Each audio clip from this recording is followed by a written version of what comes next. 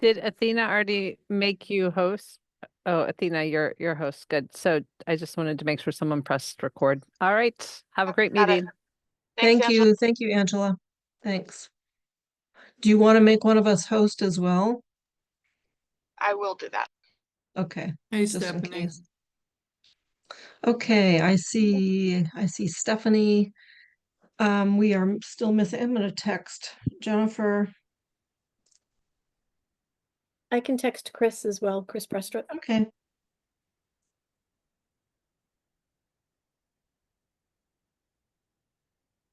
Okay, so it looks like we have a quorum anyway, so we can start.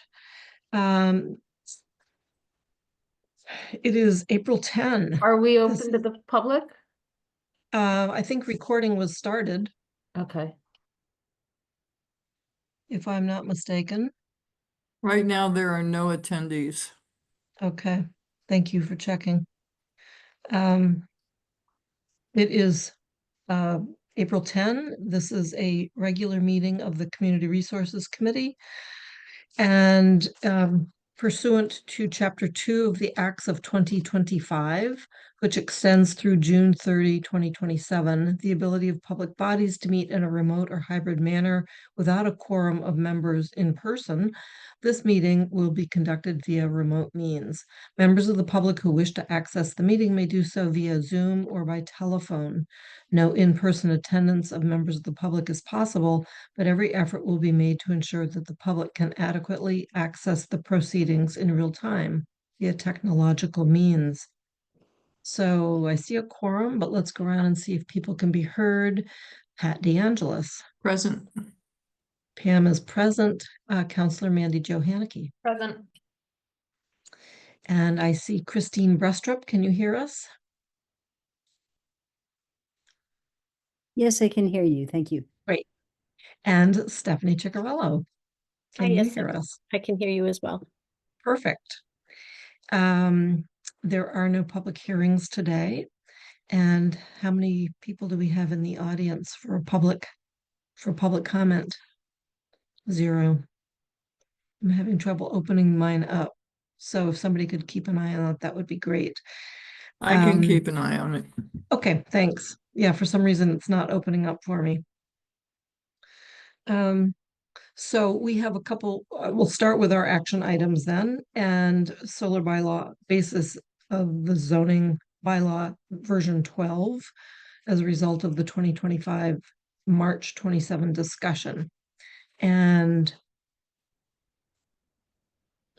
Jennifer, can you hear us? I can. Sorry, So my Jennifer's wasn't here. working. We have more than a quorum, and we don't know if our 5th member will join us or not. Mandy, what just flashed on my screen? I tried to share and it said sharing was not open and you're the host, so you have to somehow change the toggles to allow sharing of screens. Okay, hold on. Let's again, I don't. Okay, it's now allowed. Okay. If you did something, it worked. I think I said accept. I accepted. Okay, good. Okay. So we have 2 imminent topics right now, and I did tell Pat that last week we would try to focus on hazmat section that she proposed some time ago.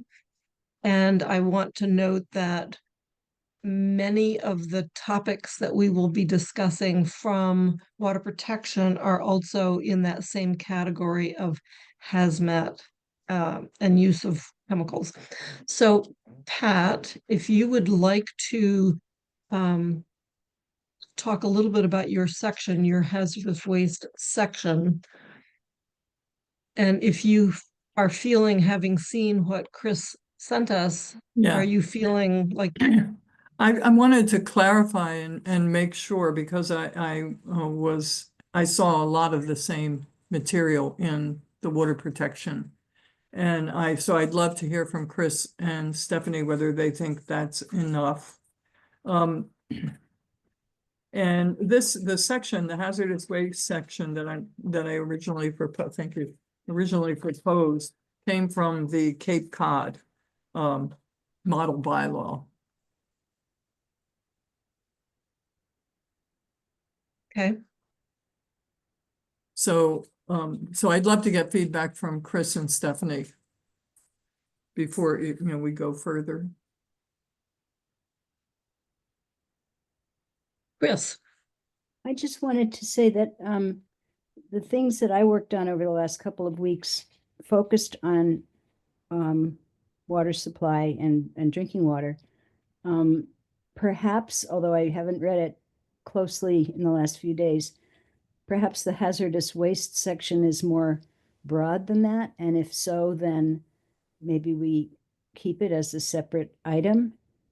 But if it is only focusing on water supply, then, we can make a decision to not It- have it. But I think it's more broad than that. Yeah, there's reference to containment areas, particularly for BEST, that would be building sites and different things like that. And materials released from transformers or transformer fluid, et cetera. So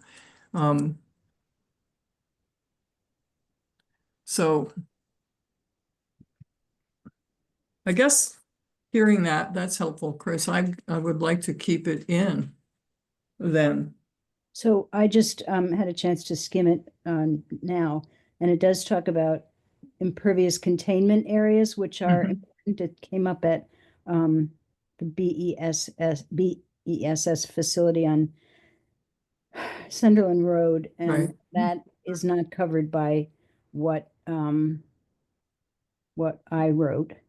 And so perhaps it's, worthy of either standing by itself or being incorporated into the water supply. But it seems to me, again, that it is It's- more broad than that, because, if you don't have a water supply nearby, but you have animals or plants or so, other things that you don't want to be have negatively impacted, it seems like Pat's wording is useful.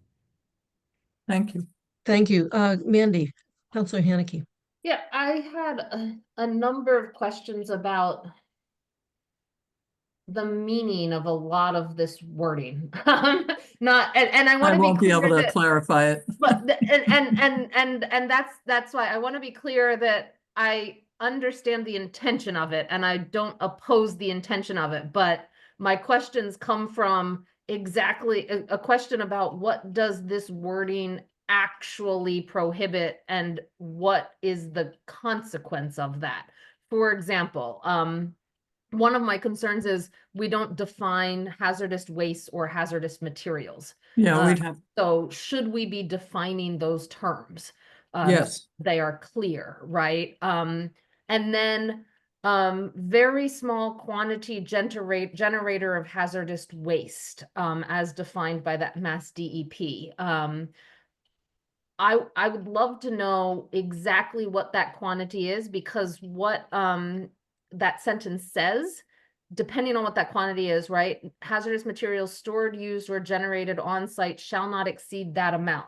Well, when you've got a large solar array, right, that is multiple acres large, if each solar panel has something of a hazardous material in it, by the time you've multiplied that by the thousands, you are potentially very likely to be above the very small quantity generator of hazardous waste, depending on what that quantity is.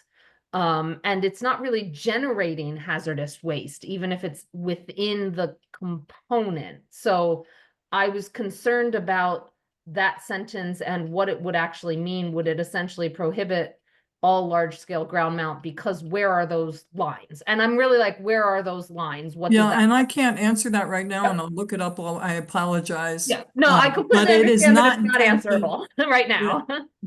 It's not trying to stop large scale. Yeah, I think and so.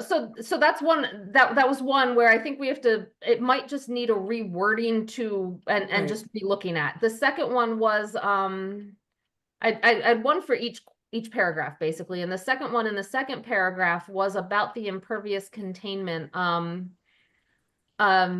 Was, there's a lot of use of hazardous materials versus hazardous waste versus hazardous, and materials including but not limited to lithium-ion storage batteries within, and then the phrase that got me was solar electric equipment. Again, I don't know how the panels are built, but if there's a hazardous material within that, how do you then put that in a impervious container?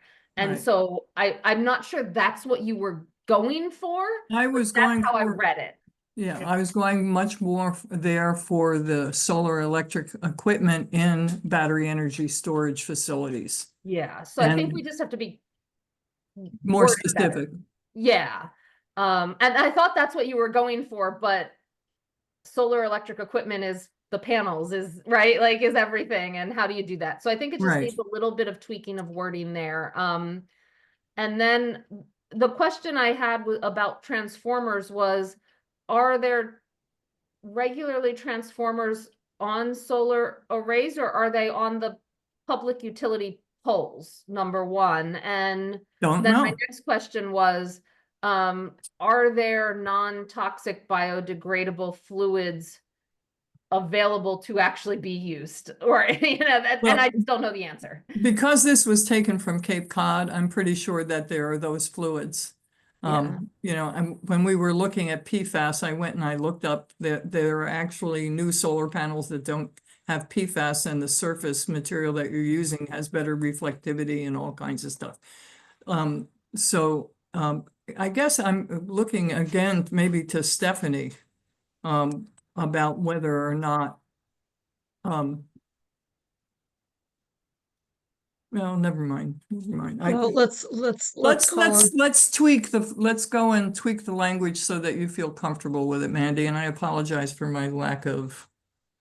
I don't have any real suggested changes at this time in terms of prepared language. I could work on it maybe in the next week or two to come up with something, because I wanted to more understand exactly what you were going for before I came up with potential changes. Yeah, what I'd like to do then is, can we set up a meeting and do it together? Sure. Yeah, okay, be so great. That would be great. I do want to, I am looking at Stephanie's picture and wondering if, Stephanie, if you do have any comments one way or the other on this, any of the components. She may have stepped away. My only comment in thinking about this is that there certainly are going to be instances, I think that Chris just said, that you may not have a water supply aspect to a given project, and therefore, you know, someone might not think to go to the water supply protection section to think about hazardous materials. So it does feel to me that it would be appropriate to have a generic cover the base section on hazardous materials. okay, Anybody else? Chris, you've raised your hand, sorry. I just wanted to point out that there were two issues that came up on the Sunderland Road project. One was, you know, direct spill of a hazardous material from the batteries or some other Yep. component. But then the other one was, what if you have a very heavy rainstorm and the rain stormwater mixes with whatever was spilled, and then, you know, do you have a way of containing that or directing the runoff so that it doesn't then become a problem for watershed downstream? So that's worthy of consideration as well. Yeah. The other piece of that, Chris, is, you know, looking at the water protection and aquifer material. We're talking about, I think that we need to make reference to wells in this too. Because if the runoff can affect a lake or the reservoir, it's also going to be affecting, that runoff is going to be affecting wells. And so I think that there might need to be some way of setting, you know, some kind of parameter around, because not every area in town has wells, and they depend on the public water supply. And I hate bringing up Shutesbury Road project, because I'm not trying to stop the project. I am going to try to stop Best there. Because of this, the runoff of hazardous materials would be going into private wells. in that whole section. Not just on Shrewsbury Road itself, but probably Flat Hills, et cetera. And so how are we protecting the individual water supply in that situation?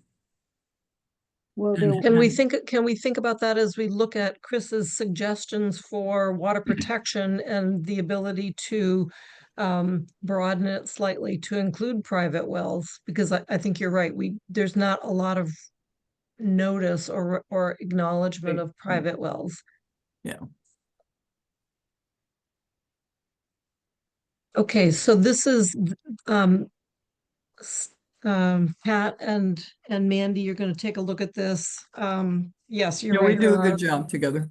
There are other We can fight resources. well.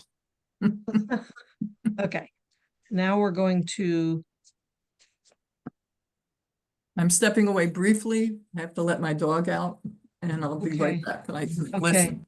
So Come one on. thing I did, you'll see as I page down, I put Pat's wording of hazardous waste in behind protection of drinking water supplies and just made a note that the language is going to be modified to be tighter on applicability. Just tighten it up and make it a Right. little more specific and all. But that's where it seemed like it was the most logical place to put it. So it's now in the main draft we're working on.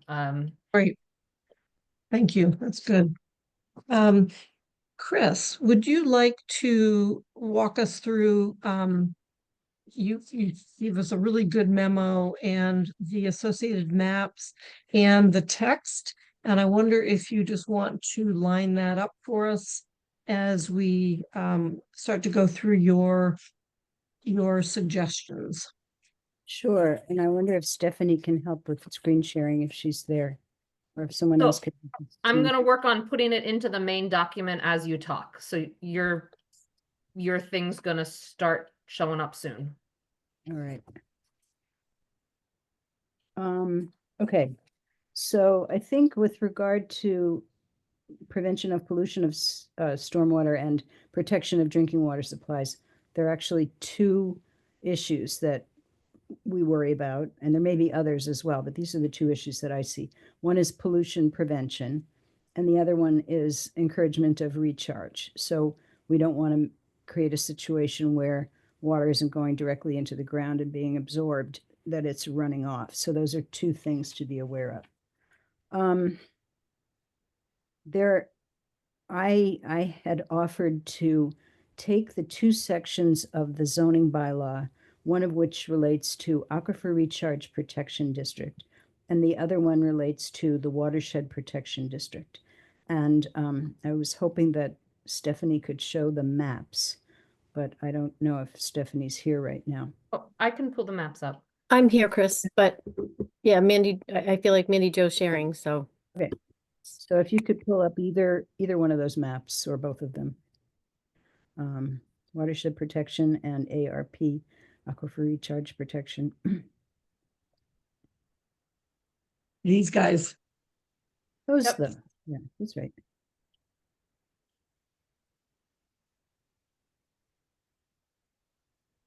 So this one here shows the Watershed Protection District, which is right on the edge of the town of Amherst, and it protects the Atkins Reservoir.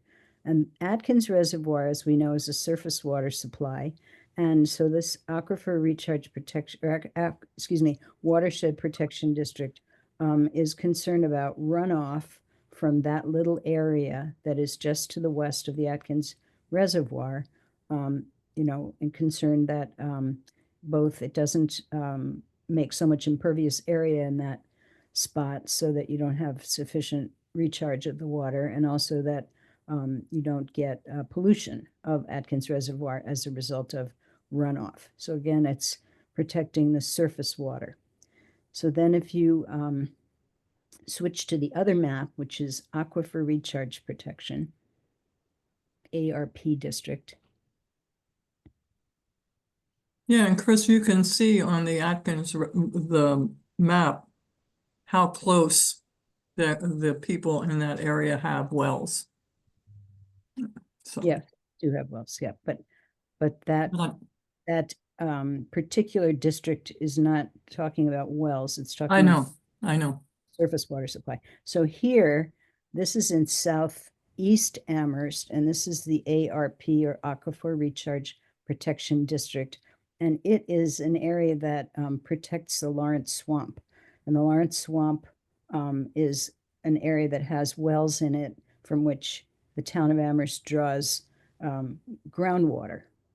It's not concerned with surface water, it's concerned with groundwater. So I just wanted to make that clear because the requirements and regulations related to WSP, or the Atkins Reservoir Surface Water Supply, and the regulations related to ARP, Aquifer Recharge Protection, are similar, but they're not always the same.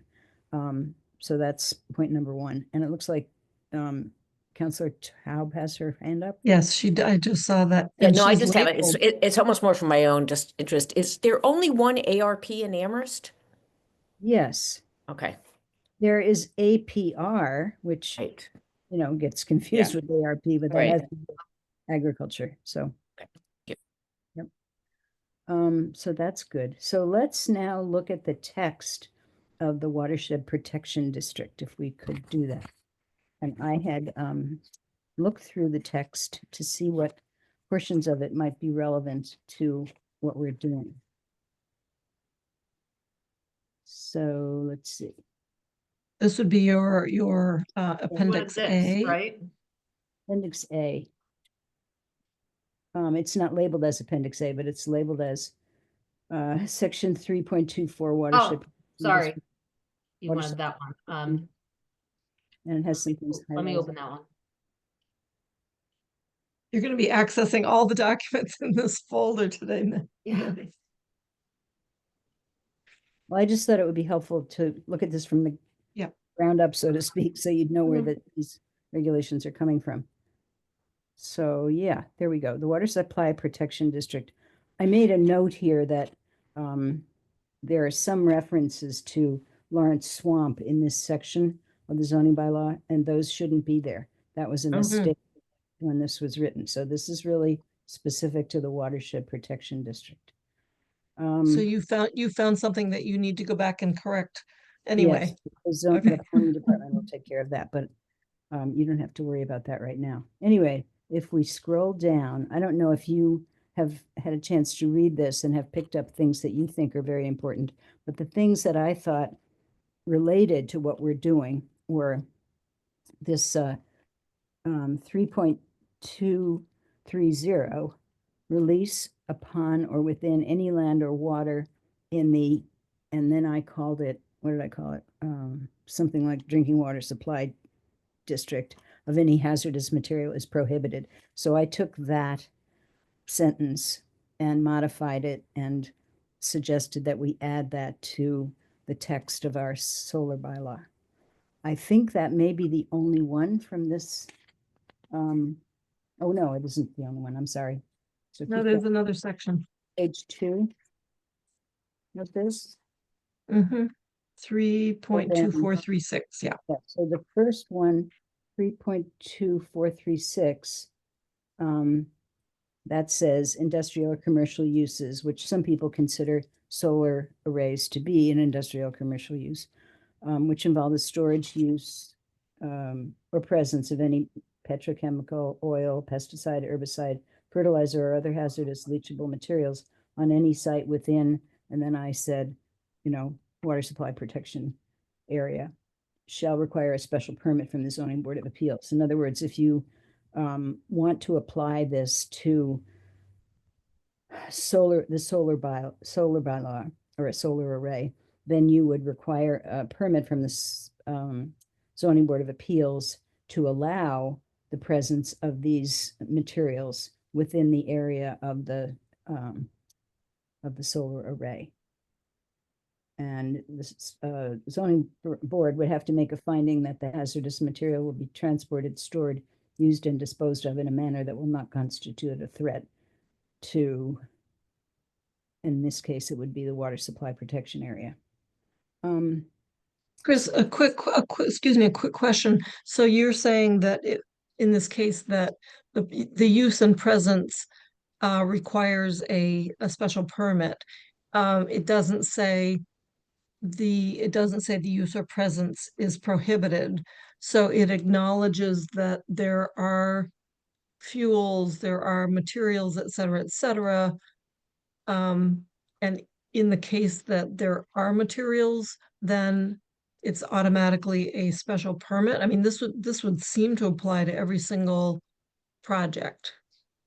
I think that's probably true, and so you'll have to decide whether you think that's reasonable or not. But I did include this paragraph in the revised section on water supply protection. And then the next one down, pesticides, herbicides, fertilizers, and other leachable lawn and garden chemicals shall be used in accordance with, and then it references a Massachusetts regulation here.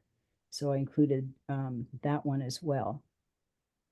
Then there's one down below, which I decided not to include, 3.2439, which, scroll back up, I didn't highlight that here, but that one relates to some pretty nasty uses that are described in 310 CMR 22.20. I didn't think any of those applied, so I didn't recommend that we include that in our zoning bylaw. And I think that's it for references from the water supply protection district. Can I ask a question? Yep. So it looks like anything in yellow you wanted included in the bylaw, but when I looked at the proposed section 1710, it didn't have them in there. Right, got it. So are we looking at, yeah, so I'm happy to move these into it just as they're worded. I just want to make sure I was not missing a document. I did not, Yep, Mandy, I want to correct Yeah, that because yeah. it's actually on the third page of her draft, her excerpt. And it's under a whole lot of bullets. And it's included as a bullet with her notes in italics. so maybe I should explain that Wh- I did not edit the document that we've been using as our base document. No, we had a water supply protection section 1710 draft. Yes, And on I page don't see 3 any of those paragraphs in there. on page 3, it should There be. isn't a page 3. I have a page 3. Oh, good. It's from Chris's excerpt. Let's see if I can help you My name it. downloaded document only had a page 1 and 2.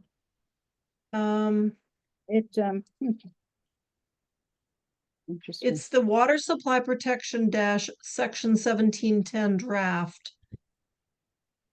Yeah, that's what I'm looking at, and it only had 2 pages on it. I think I have page 3, if you want me to share. Oh, that's That would be bizarre. good I have a because page 3 too. I have a page 3 when I printed it. Yeah. I'm Okay. looking at Huh. it online and I'm, and it's I printed. literally only have a page 1 and 2 on that one. Well, I when got op- it. Well, I gave you the original version of it that doesn't have anything added to it. No, it had some changes to things, but it doesn't have a page 3. Let me try and download it again. Okay, you You're can right, continue. you're right, I was the- just really confused. Yep, I open it up again too, and it's different than what I printed. I didn't print it, but I have a page 3 on what I'm looking at. Did you go to our packet? I went to the public packet is what I use. There is a possibility that I deleted page 3 unintentionally. Oh, Because because I was working from the document in the packet and some of it disappeared, but I assumed it would be, I have no idea. no, I have it page says 3 last modified an hour ago by Pat DeAngelis. and it was not intentionally modified. So you need to get rid of me. This is why I'm not running again. I'm too effing old. No, but if you go to the public packet, it's there. Yeah, And it was there because I have. No, printed I've it done that from there. before. I don't realize I'm making permanent changes on when I open the I doc. never thought I was either. Yeah, and then somebody says like, what did you just do? I honestly don't know what happened. I wasn't changing language or, because you don't do that. That's so funny. Would you So like Mandy, me to share? the- Yes, please. Yes. Please. yes, So, Mandy Jo, if I start Well, sharing, will I knock you sharing off? would be great, but I'm the one that's modifying the document right. we're using, so I'm trying to be able to cut and paste into it. Oh, yeah, I got it from the public packet online. Yeah, I'll download the that I'm one. It glad. might take me some time. So as continue talking now that we've figured out I what feel went like I should on. make confession and say a good act of contrition. that's knew it. very Now funny we're though. finished. It's like I thought I printed it. It looks right. Um, In terms Oh. of what I was talking about, we've finished the excerpts from the water supply protection section of the zoning bylaw that I thought might be relevant. Now we Yes. can go and look at the excerpts from the aquifer recharge protection district. which is your appendix B Yep, material. just Right. give me a second and I will change that.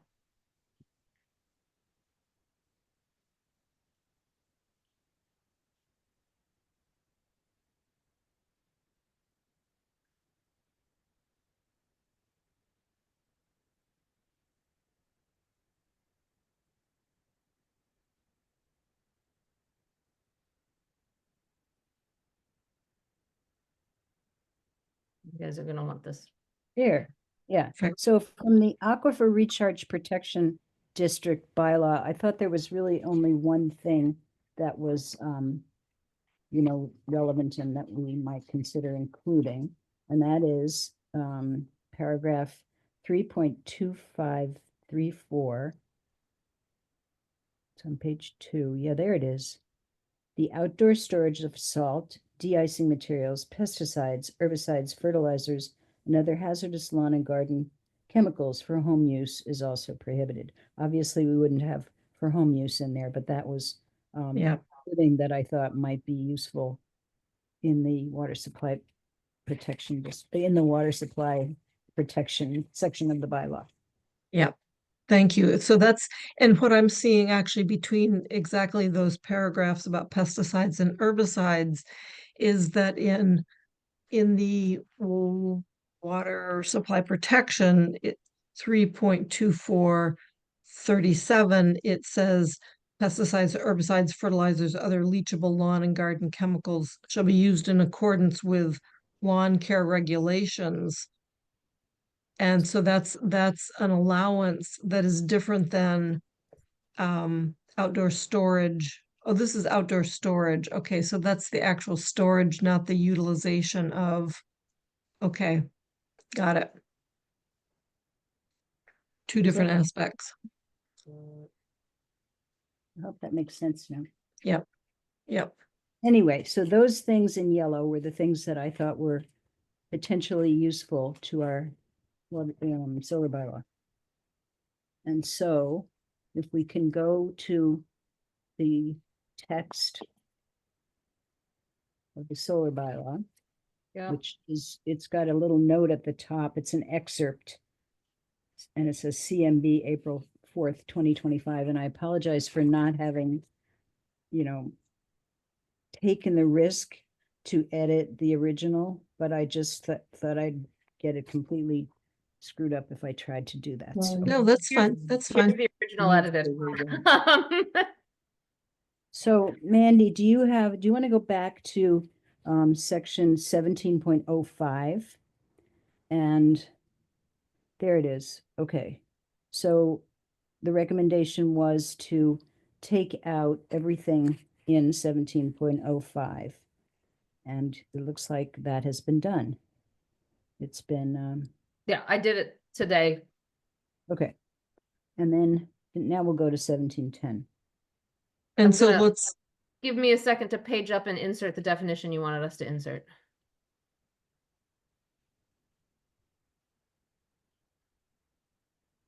And this may not be the correct definition, or it may need to be elaborated upon, because we just received an email from Amy Rozecki of the DPW, and she's kind of the water supply expert down there, but we didn't have her document, her email before this, or other people had it like at 1 o'clock in the afternoon, but I left the office at 1, so I'm kind of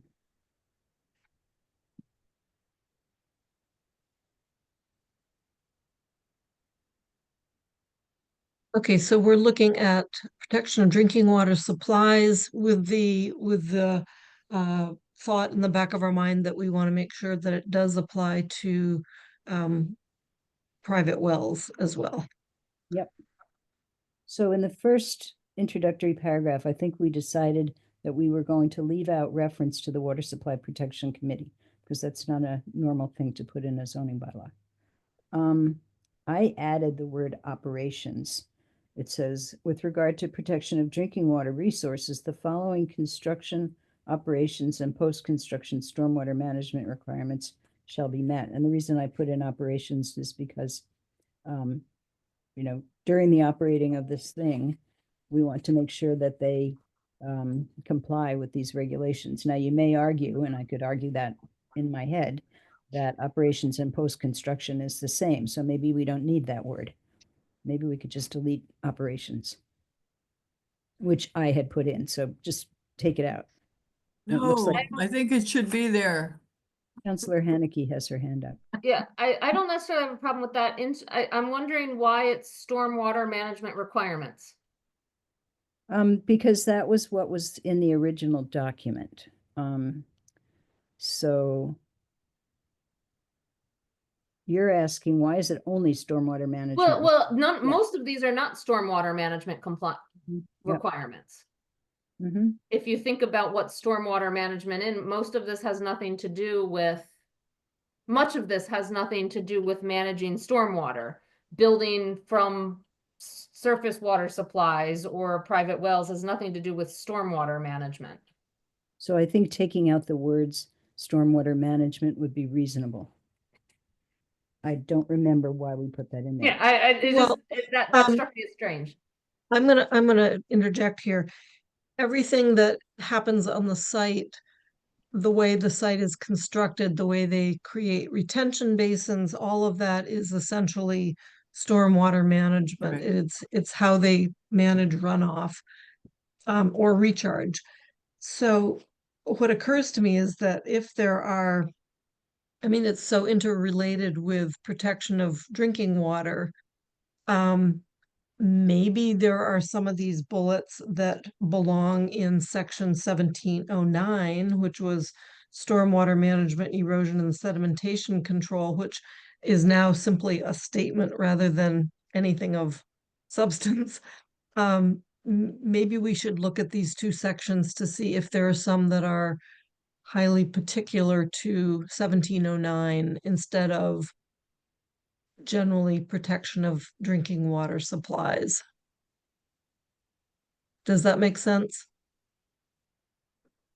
I guess so, but we have an entire stormwater management bylaw. Which is what Right, we're. which is what 17.9 points us to. Yeah. That's correct. Yeah. Chris, I was going to say the same thing. Yeah, So I okay. think taking out the I word take it back. stormwater management is reasonable. Good. So do you want to discuss your suggestions within this? Yes. Okay. And again, since I received Amy Rozecki's notes this afternoon, some of this wording may need to change. again. The first statement here is all solar panels used in LGPIs in surface water supply protection areas shall be PFAS free. Now, I spoke with Andrew Vardakis of WSP. That's an engineering firm that is currently doing the third-party review of the Shutesbury Road project. And he told me that many of the new solar panels are PFAS free, Right. and that you can actually require that, and that you can get a certification from the manufacturer that the materials are PFAS free. So he said that was a reasonable requirement. Can we add the word certified PFAS free? Shall be certified PFAS free. If you think that would be nice to do, sure. I would I mean, that- agree. This, some things that are PFAS free may not be certain, there could be a difference if they're not certified. I agree with Jennifer. Certification implies, like, you can be practically organic without an organic certification because the certification costs so much, but that doesn't mean just because you don't have it, you're using pesticides. So do we want to say certified or not? I mean, that it's, I'm not gonna die over that, but I was actually agreeing that it would say certified, because I think there's some materials that are said to be PFAS free, and that some people would disagree with that. And I would object to adding certified. in. okay, so let's Uh, not do it. It, the Chris or PGA, Stephanie, does that make a dramatic difference? Is there more power if you're saying certified? I just turned my sound off because my phone is ringing. Ah, I'm sorry. Yeah, no. yeah, I'm trying well, to sort of think this through a little bit. Okay, I think it's stopped. All right, so either way is fine with me. yeah, I'm not gonna push it. And I don't know that it would make a big difference. huge difference, really. Okay. Okay, then I think the next sentence, all LGPIs shall be constructed outside of a 400-foot buffer zone from a public surface water supply. I think that's in line with what Amy Rozecki sent today, but perhaps we need to check that. And Councillor Haneke has her hand up. A question on actually all of these that just reference LGPIs. Many of them have associated BESS. Yep. Without referencing the associated BESS, wouldn't you technically be able to put the associated BESS within that buffer? Yes, so we should reference Or associated. shouldn't we reference Yeah. associated BESS? Yes, yes, Thank you, Mandy. And I think that's for the first three at a minimum, right? Yep. No, the solar panels are just specifically solar panels. So the number 2 and 3 should have that reference. yeah. And then, And this is, I'm really struggling with there only being 100-foot buffer. Yet Yeah. with the public zone, we're saying there has to be a 400-foot buffer. And it feels to me that a well is much more vulnerable to what's going on with the surface water supply. well, I think that Amy's notes talk about a 100-foot buffer from a private well. But again, that's something that, yes, it's, you probably don't have access to this right now, but she says setback of solar installations from public water supplies and private wells, that we recommend 100 feet from a private well. So I this never- is similar to septic systems, leach fields are supposed to be 100 feet from a well. That's what it sounds comparable to. Mandy. Yeah, I don't have a question. Well, I do have a question about the 400-foot for public surface supply if only private wells are 100 feet of why is the public surface water supply 4 times as large for the buffer zone? Yeah, And then my other question is more of a philosophical question. I completely understand why we would want BESS with these large buffer zones. I'm struggling to understand why the LGPI needs to have a large buffer zone. Well, that was what was recommended by the Water Supply Protection Committee, and that seems to be what was recommended by Amy Rozecki's latest email from this afternoon. What's the concern about LGPIs and water supply? Is it simply, I guess that's I get the concern with Bess, 100%. It may I'm have struggling something to do- understand the concern with LGPIs. It may have something to do with just the fact that it's a construction zone and you have to disturb soil in order to install these things or put down, whatever kind of base material you need. And it could be that. I agree with you that solar panels are not in and of themselves dangerous for water supplies because they're pretty much inert. But there may be something about the construction of them that would cause people to be. I'm going to build on that because I think in our second bullet, we are discussing public surface water supplies. So that is groundwater, rain, et cetera. So it is what is washing something down the hill into our water supply. And water supplies are always the low point because that's where the water collects. So I think, Chris, you're on target with it being a matter of the erosion, the construction materials, that kind of thing, that the 400 feet is that filter and buffer. It's one thing to have, a 100-foot buffer for a wetland, but this is our drinking supply. So it means greater attention to controlling that, I guess. And that sounds like it's sort of a standard. Is that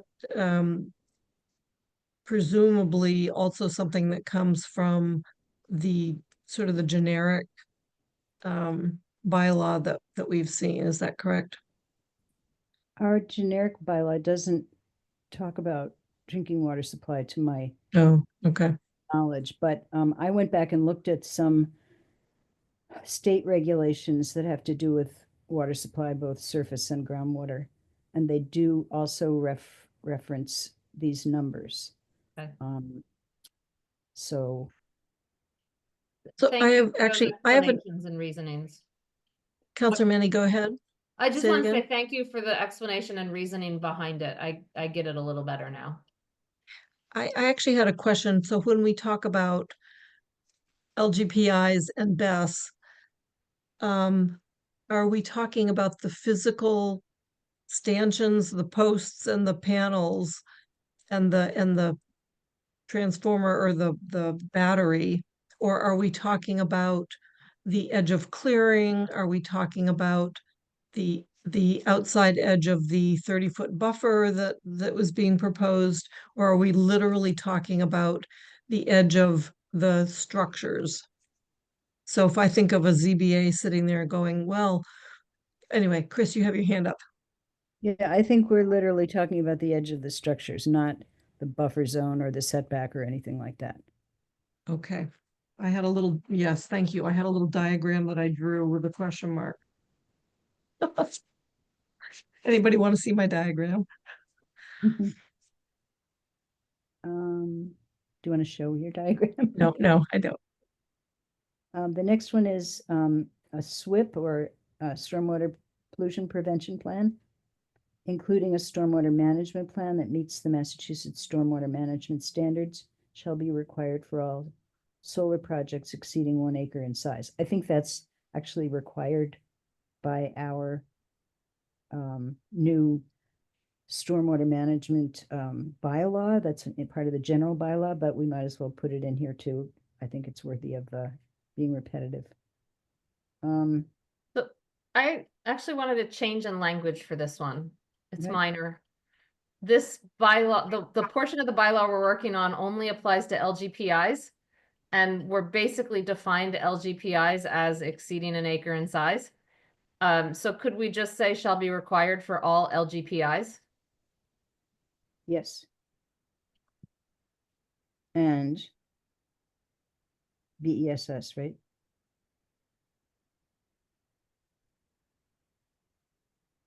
Yeah. This BESS has some structure to it. They're usually like, shipping containers filled with equipment, right? So Yep. we would say LGPIs and BESS. Okay. Slopes on which solar arrays are placed shall not be greater than 15%. That's what we have before in our bylaw. Mhm, mhm. So it's currently in the bylaw under design standards, so why do we need it here too? We Seems don't. repetitive. You can take it out. Uh-oh. I agree.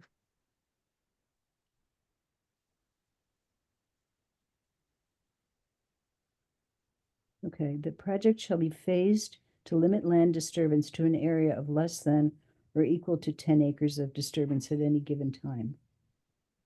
That seems reasonable. I had a Chris, question. go ahead, Mandy. Sorry, my question was, is this more of a something for a bylaw, or is it more of a standard and condition on the permit itself?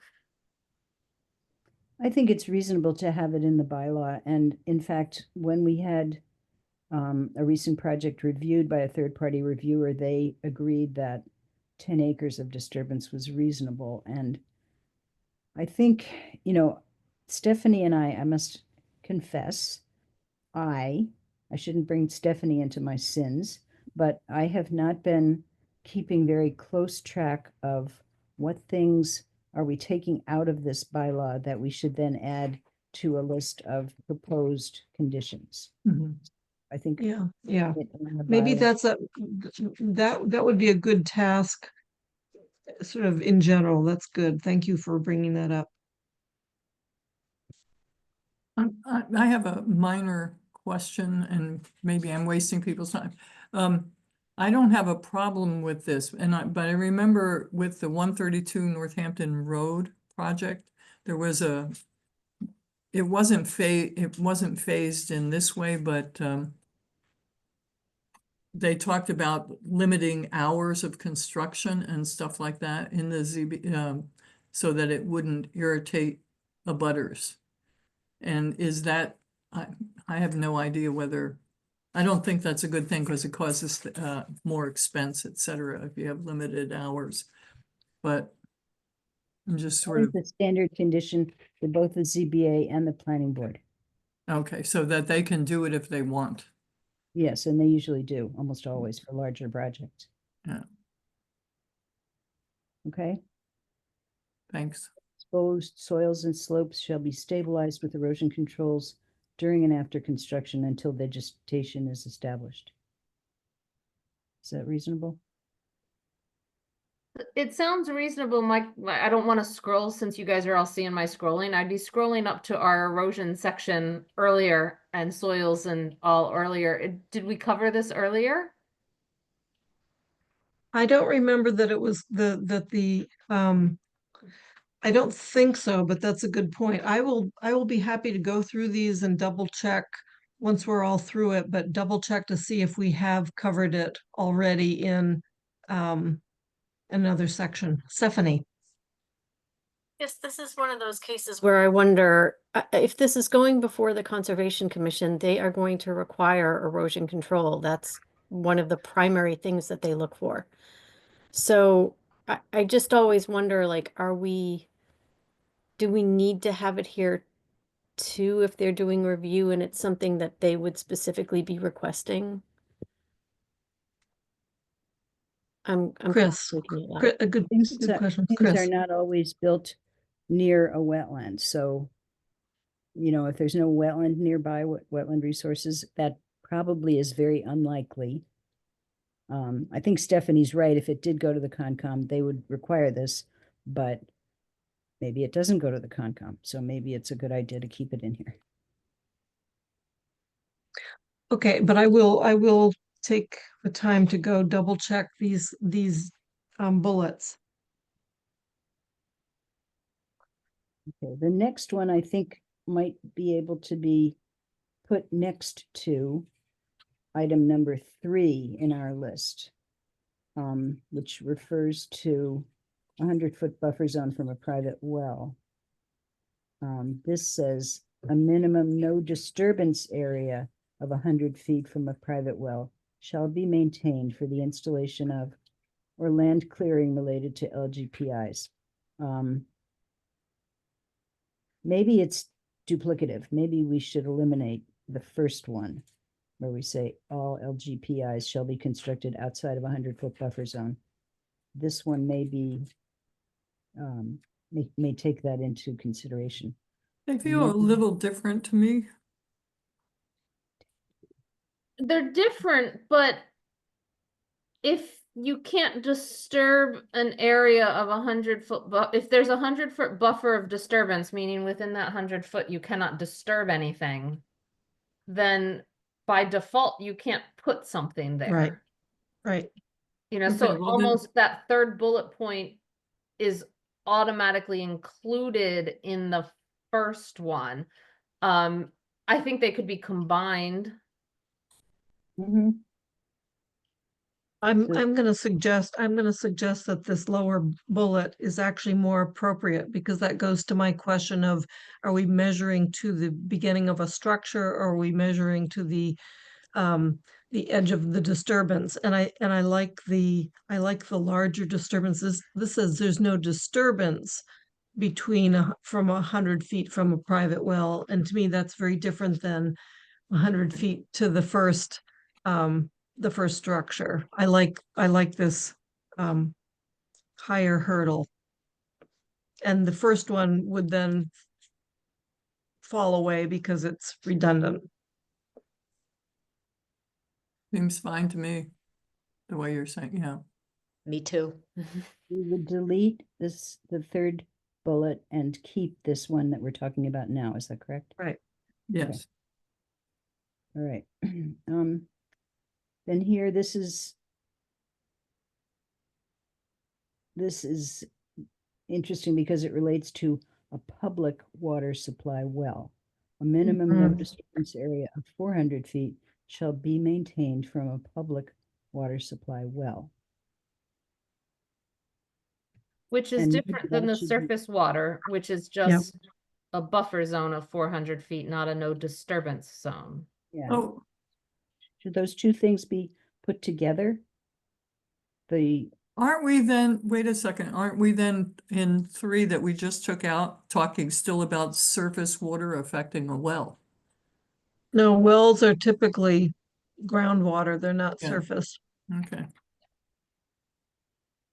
But we have 2 bullets that are very similar, and the minimum of no disturbance of 400. The next bullet is a minimum of 200 feet no disturbance within the surface water drinking source. It actually, to me, depending on your topography, it feels like we should have a larger distance away from a surface body of water than a well. But it's the opposite here. So are there surface water drinking water sources that are not public surface water supplies? No, I don't think so. I- Nobody would ever drink out of a pond. They would have a well. Because we're using different language in those two, that's why I asked. Yeah. Could we ask Chris and Stephanie to go back to Amy and just double check this? I think there's a little bit of it's a little confusing, and it's not clear to me which is more stringent and which should be more stringent in And- terms of, talking about in particular? yeah, the public water supply well and the zones A and B of a surface water drinking water source. Those 2 bullets that are, yeah. Yeah, thank you. So is the confusion the 400-foot distance versus the 200-foot distance? Yes, and why the surface water one is lower. Than the well water. Yep. in I a think she sense. mentions that in her email.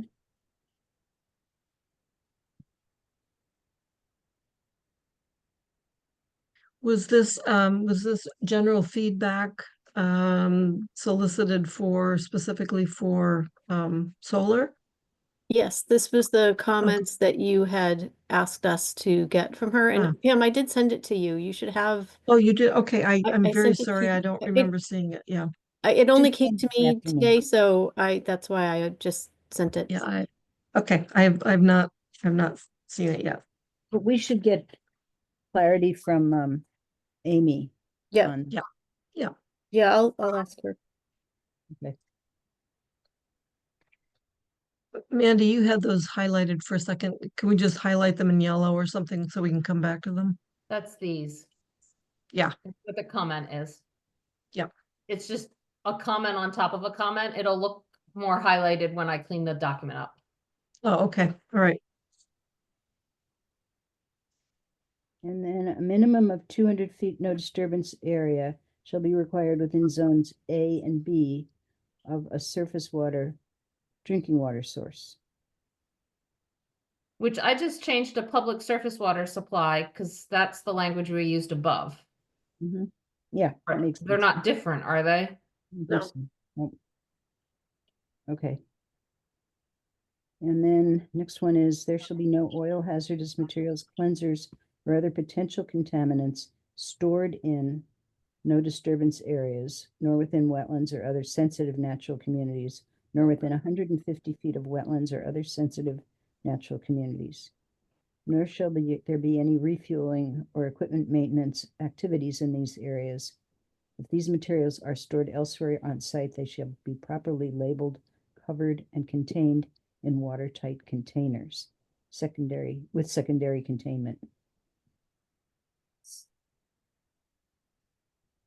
Stephanie had a question from staff, I guess, related to that. And Councillor Haneke. Stephanie, go ahead, Stephanie. So yeah, this was something that was flagged by staff, who would be responsible for regulating this, and their comment was that there's no, what is a sensitive natural community is not defined specifically, so how would they enforce it?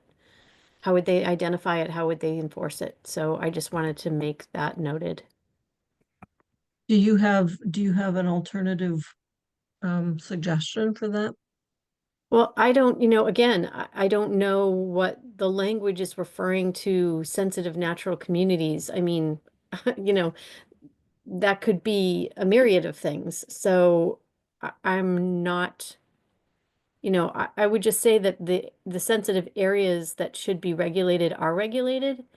So I don't think this is like, if this is some additional, potentially regulated area, I don't understand where that would be. It would already be regulated, I guess is the point. I think that's the point they were trying to make. So should we keep this bullet point but leave out those references to sensitive natural communities? Yes, I would strike That's- or other sensitive natural communities. Yep. Just leave that. Okay, in 2 places. Yeah, okay. So I had a couple of questions related to this. Yep. I don't like the there shall be no for wording. I would reword it as no oil, blah, blah, blah, shall be stored in no disturbance areas or wetlands. Yeah, You know, I would just Yes. reword Yeah, it from this yeah. like passiveness thing to an active. And I was curious whether, since it's talking about hazardous materials and other things like that, whether it's more appropriate for the new hazardous materials section below instead of this protection of water supply section. Maybe so. yeah, maybe so. Let's leave it here and then we can see how to integrate it, Andy.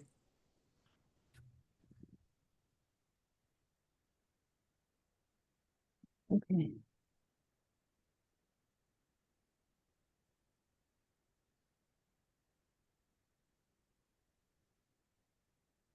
Are we ready to go on? And I want to apologize. I have no idea. I seem to have lost power and then been able to get back in there once so I disappeared for a while.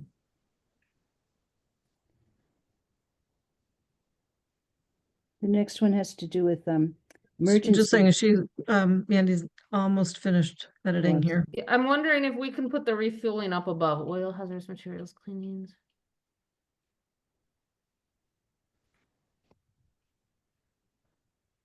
The other ones were storage. maybe it's a We had this earlier. We had storage versus use. Well,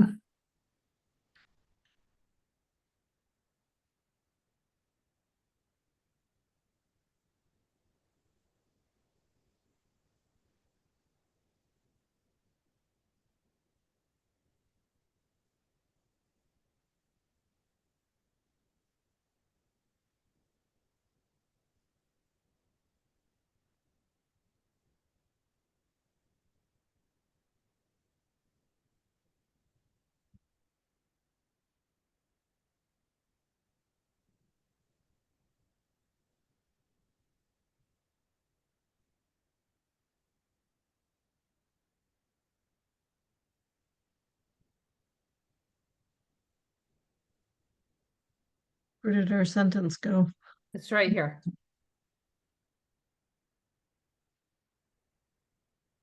Got it. They'll be properly covered, labeled, et cetera. Good. Okay, so that I has just to do with moved it right storage. after the materials because yep. we're refueling in between, it Yep. didn't make sense. So I did not delete it. Yep. Okay, on to emergency response procedures. So someone had made the comment that this section might be better placed elsewhere because it wasn't specific to water supply only. Maybe I think Mandy said something. Should some of these be in design Well, standards? we already have something that I objected to in design that related to emergency stuff. Right? Or I think was you that part of that one section of emergency? you objected to something about training, requiring training for emergency. annual training for the firefighters. Yeah, where was that though? I have, Dimensional standards.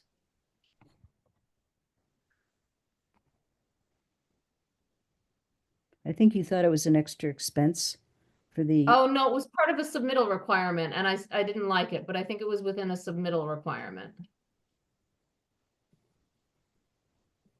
Well, most of these lower bullets from 1705 are not submittal requirements. They are more design standards. Right, yeah, no, I think the training thing was like submitting a training plan and I really objected to some of that. I think that this needs to be here because it's very specific to these materials being spilled and that there does need to be some kind of plan that's been approved by the fire chief particularly for any kind of cleanup.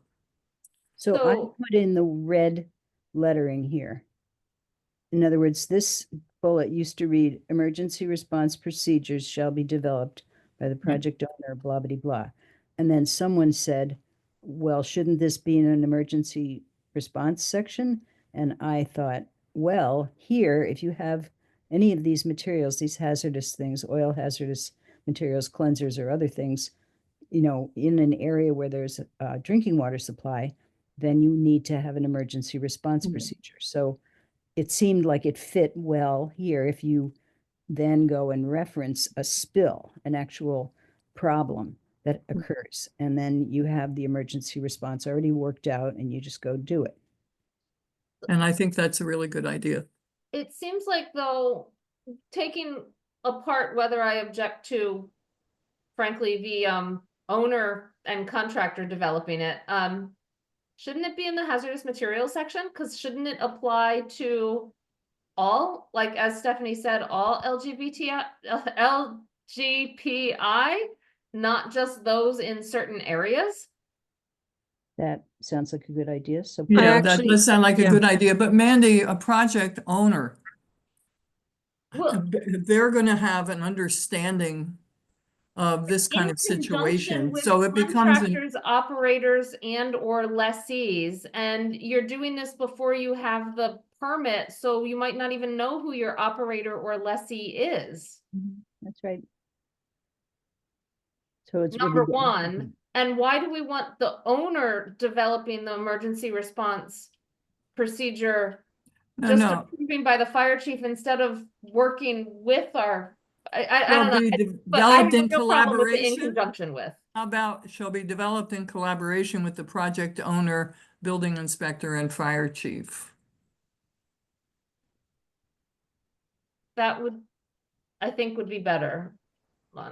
Let me move this down into this section.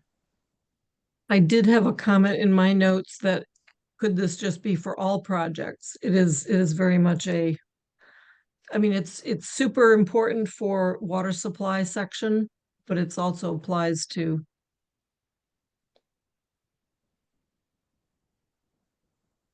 There are probably state laws that regulate this too, and Stephanie would know more Mm. about that than I do. Yeah. DEP has very strict requirements.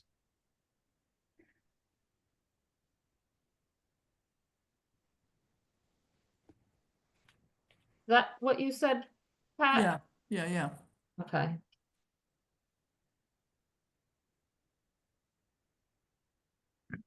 Because, yeah, I mean, hopefully we kept they need an emergency plan. I think we did, because we definitely do, particularly with Bess. Yeah, exactly, with the submittal, yeah. Okay, so now we are, Going backwards. Now we're going back to the writing in red after the word so- fire chief. And starting with vegetation cover. Right. These things were okay, taken just hold on just 1 second. I want to take a pulse here. We're making good progress. I'm hoping that it feels like we need at least a half an hour to talk about zoning board selection criteria, interview questions, meeting dates if possible. And I just want to make sure that we have at least a half an hour for that. So if we can move along, that's fine. I was actually hoping to kind of cut off at 4:15, but I think I'm excited about moving through this. So let's go. Sorry I interrupted. This was taken from the original 17.05 section of the bylaw, which were also related to water supply protection. So vegetation cover under solar panels shall have at least 90%, shall have a 90% or better uniform coverage at the conclusion of construction.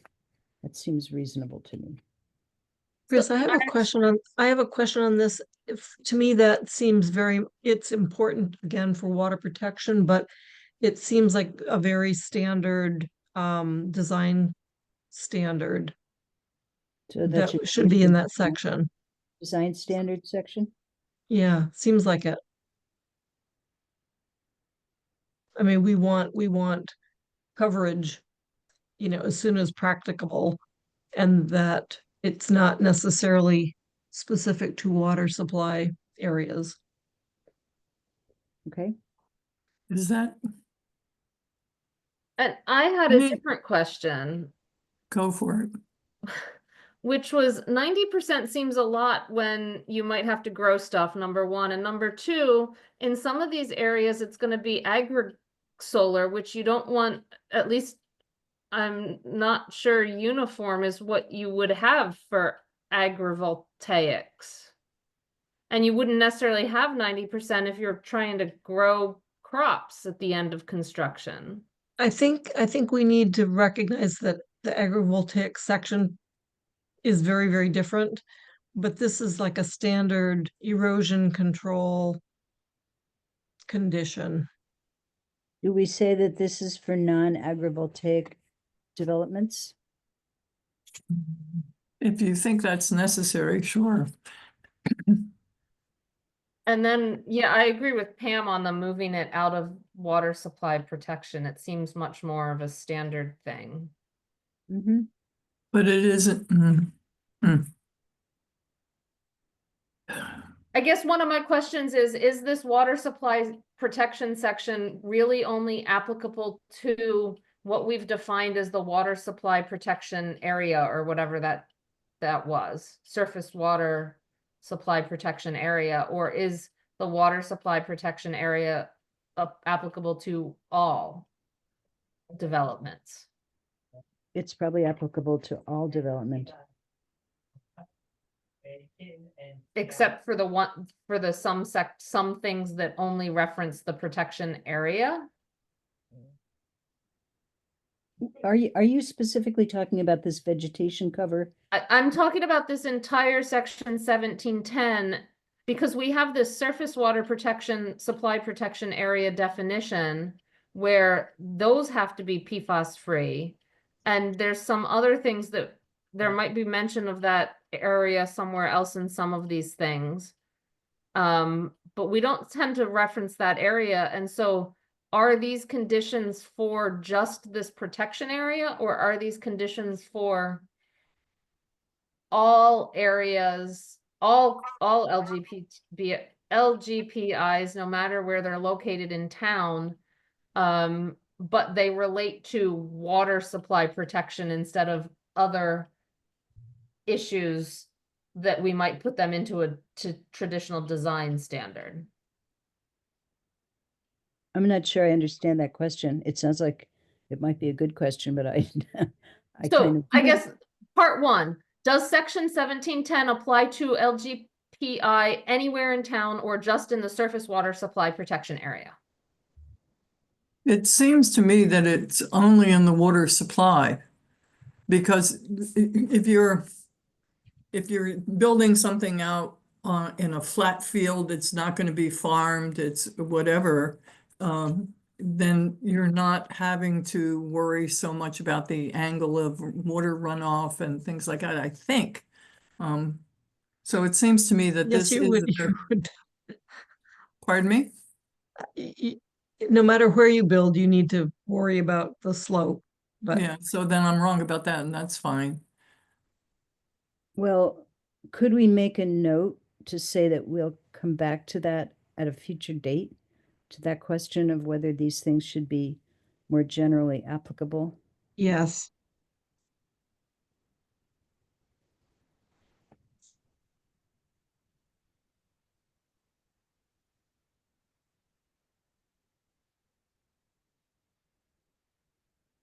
Okay. Okay, so then if that restriction is there, then my thoughts go back to Pam of something like vegetation cover probably should be moved out to a different section.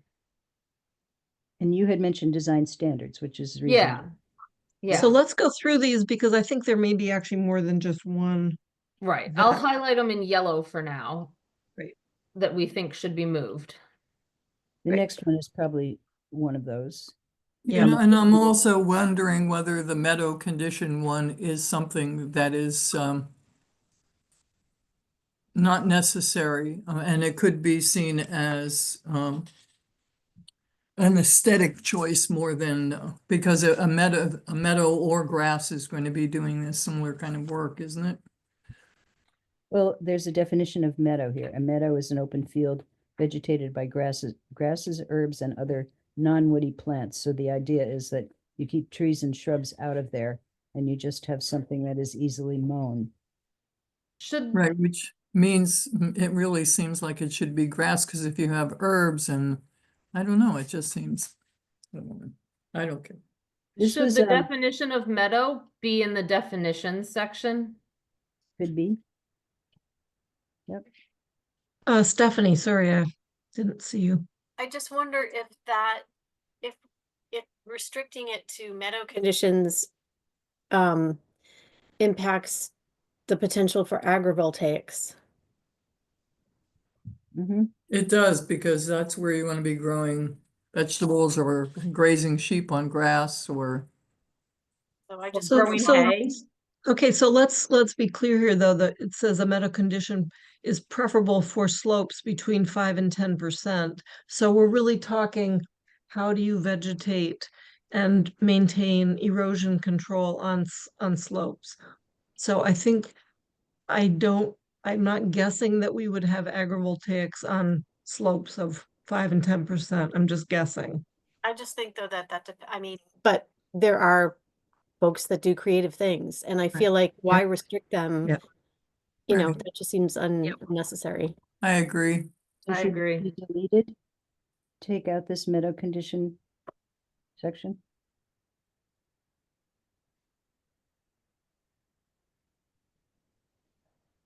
And this next one bothers me, the height shorter than 4 inches, because who's going to be measuring it? And you're certainly going to have it maintain, if there's grass growing under it and everything, you are going to be mowing it to make sure it doesn't grow above the panel. So I don't see why it's there. And even meadow conditions get mowed multiple times a year to keep out the woody plants. But you only want to mow them after they get to certain heights. Right. But So- you're still mowing them, so they'd be technically mown areas. I think this is a pretty standard condition that they don't want them mowing, down to the earth. They want to maintain a healthy vegetation layer, if you will. And so it's really, But when you mow your lawn, you can, some people mow it low and some people mow it higher. But they don't ever mow to the bare ground. I don't know any mowing machine that would do that. I feel like this is just a little bit too nanny state. So delete it? let's That's put my a preference. cross out. Let's put a cross out. Let's not like make it disappear yet. I will try to do some homework on this. I think there's some real validity to just saying you can't just mow it down. You need some vegetation. But nobody's saying that. No, Well, if there's you, And we're vegetation here, it's cover that talking you can about mow. height. You know, if you're maintaining vegetation coverage, then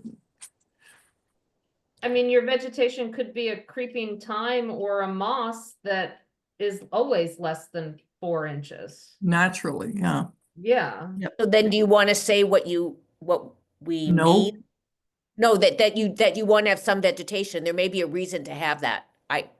That's my question. Is there a reason why, Well, there's, in yeah, terms of flooding, that you'd want to have some vegetation? Is that the purpose for Yeah, this? the bullet above does Oh, say oh, that so that it's we going should have down. at least 90% or better coverage of vegetation. So I think that think one it's- should come back, yeah. No, So that one's that's there. clear. It's still there. Let's It's go red. into Yeah. Design standards, though. Let's Okay. move on. Vegetated areas shall not be subject to chemical fertilization or herbicides or pesticides, except for those applications that are necessary to get vegetation established and which follow an approved erosion and sedimentation pollution control plan. This relates to the situation that they had at Hickory Ridge, where they needed to get rid of a lot of invasive species before they could plant what they really wanted there. So they had to come back to the Zoning Board of Appeals to get approval to use herbicides and pesticides there so they could then plant what they really wanted. So, Because that- we've already said in earlier bullets that we don't want the use of pesticides, herbicides, unless it's done in a manner that follows state control, right? I don't remember the- Yeah, something like that. I would highlight this for potential move up to design standards with wherever that Yep. herbicide thing Yep. is. And again, we have to figure out if these are specific to water protection or if they're general requirements.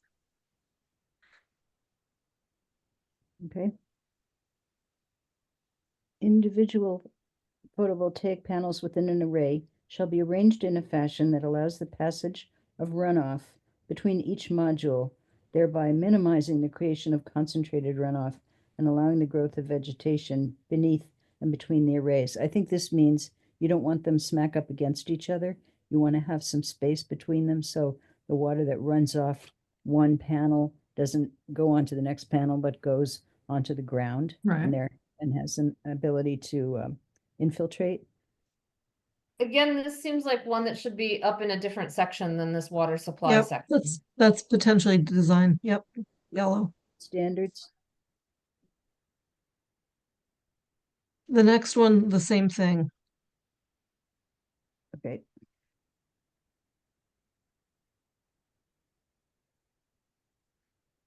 Okay. So we talked a little bit last time about the height of the panels. Again, it's so you don't have really heavy runoff concentrated at the edge of the panels and there's a huge erosion. Is this specific to water protection areas? I thought we had no higher than 10 feet already. Yes, I think so. So I That's where don't see this- what this is adding. Well, we don't have it elsewhere as far as I know. We moved it from that other section about water supply, didn't we? Vertical clearance. Oh, we Yep. do have it. Okay. Yep, yep. So we should just eliminate this, delete it. Is that right? Yeah. Um, Check. Okay. The next one I don't think is really needed because we usually require that gravel be considered an impervious area. So it would be naturally calculated in stormwater runoff, but you can leave it there if you want to. I think if it's a standard condition somewhere else, then or standard consideration somewhere else with ZBA or planning board, that's fine. Standard practice, yeah. Yeah. The same thing with the next one, all impervious areas associated with roadways, solar panel, posts or foundations, and support buildings shall follow normal protocol for post-construction stormwater management. I think that would also be true of that you would consider all of those things when you're considering stormwater management. So we Yes. could delete Take that. out. I think we could delete that.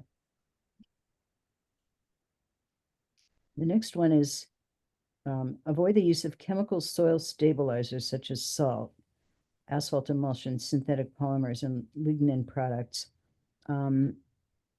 Those are used to prevent erosion, but it's not what we want here because they are,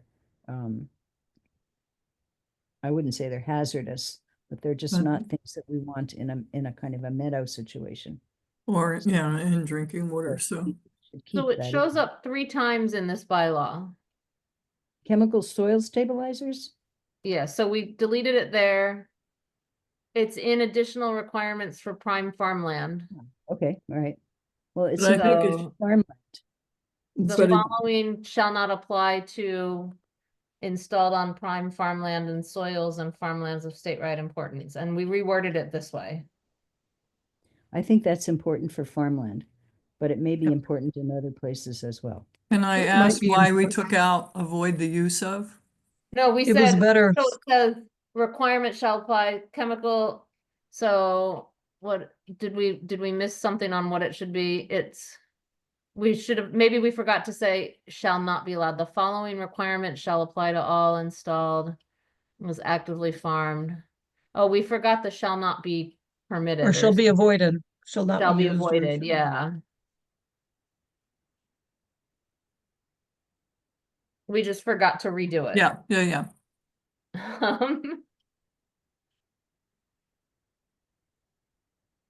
And Chris, you're saying that that should also, I think it should be here as well because this is not farmland. This is whatever the other types of properties are. so then the question becomes, should it just be In design standards. in design standards as a general one and instead of stated twice in 2 different sections? Yes. Yes.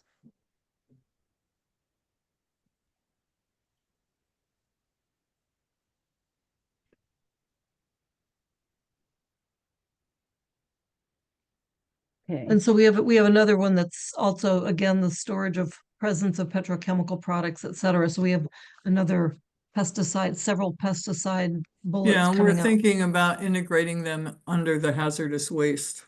And the No, release of hazardous. hazardous materials should probably be somewhere in the hazardous waste section. Exactly, yeah. So So these, how, can we move all three of those bullets? I think we can.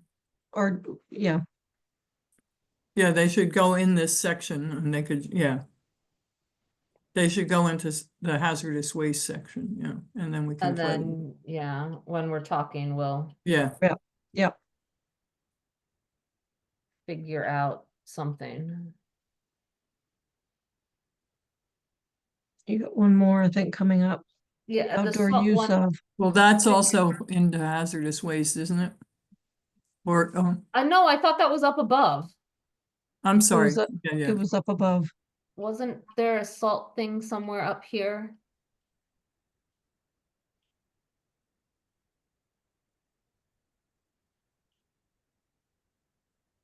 I don't know, but I'm squinting. I know, I am too. I totally thought we The- had this hang on. already. The outdoor storage of, well, we Well, talked this is about it. so specific. those to aren't the- necessarily hazardous, but it's about the storage of them. The use. So it's, salt only shows up once regarding storage in the document. So I guess we were thinking of something else.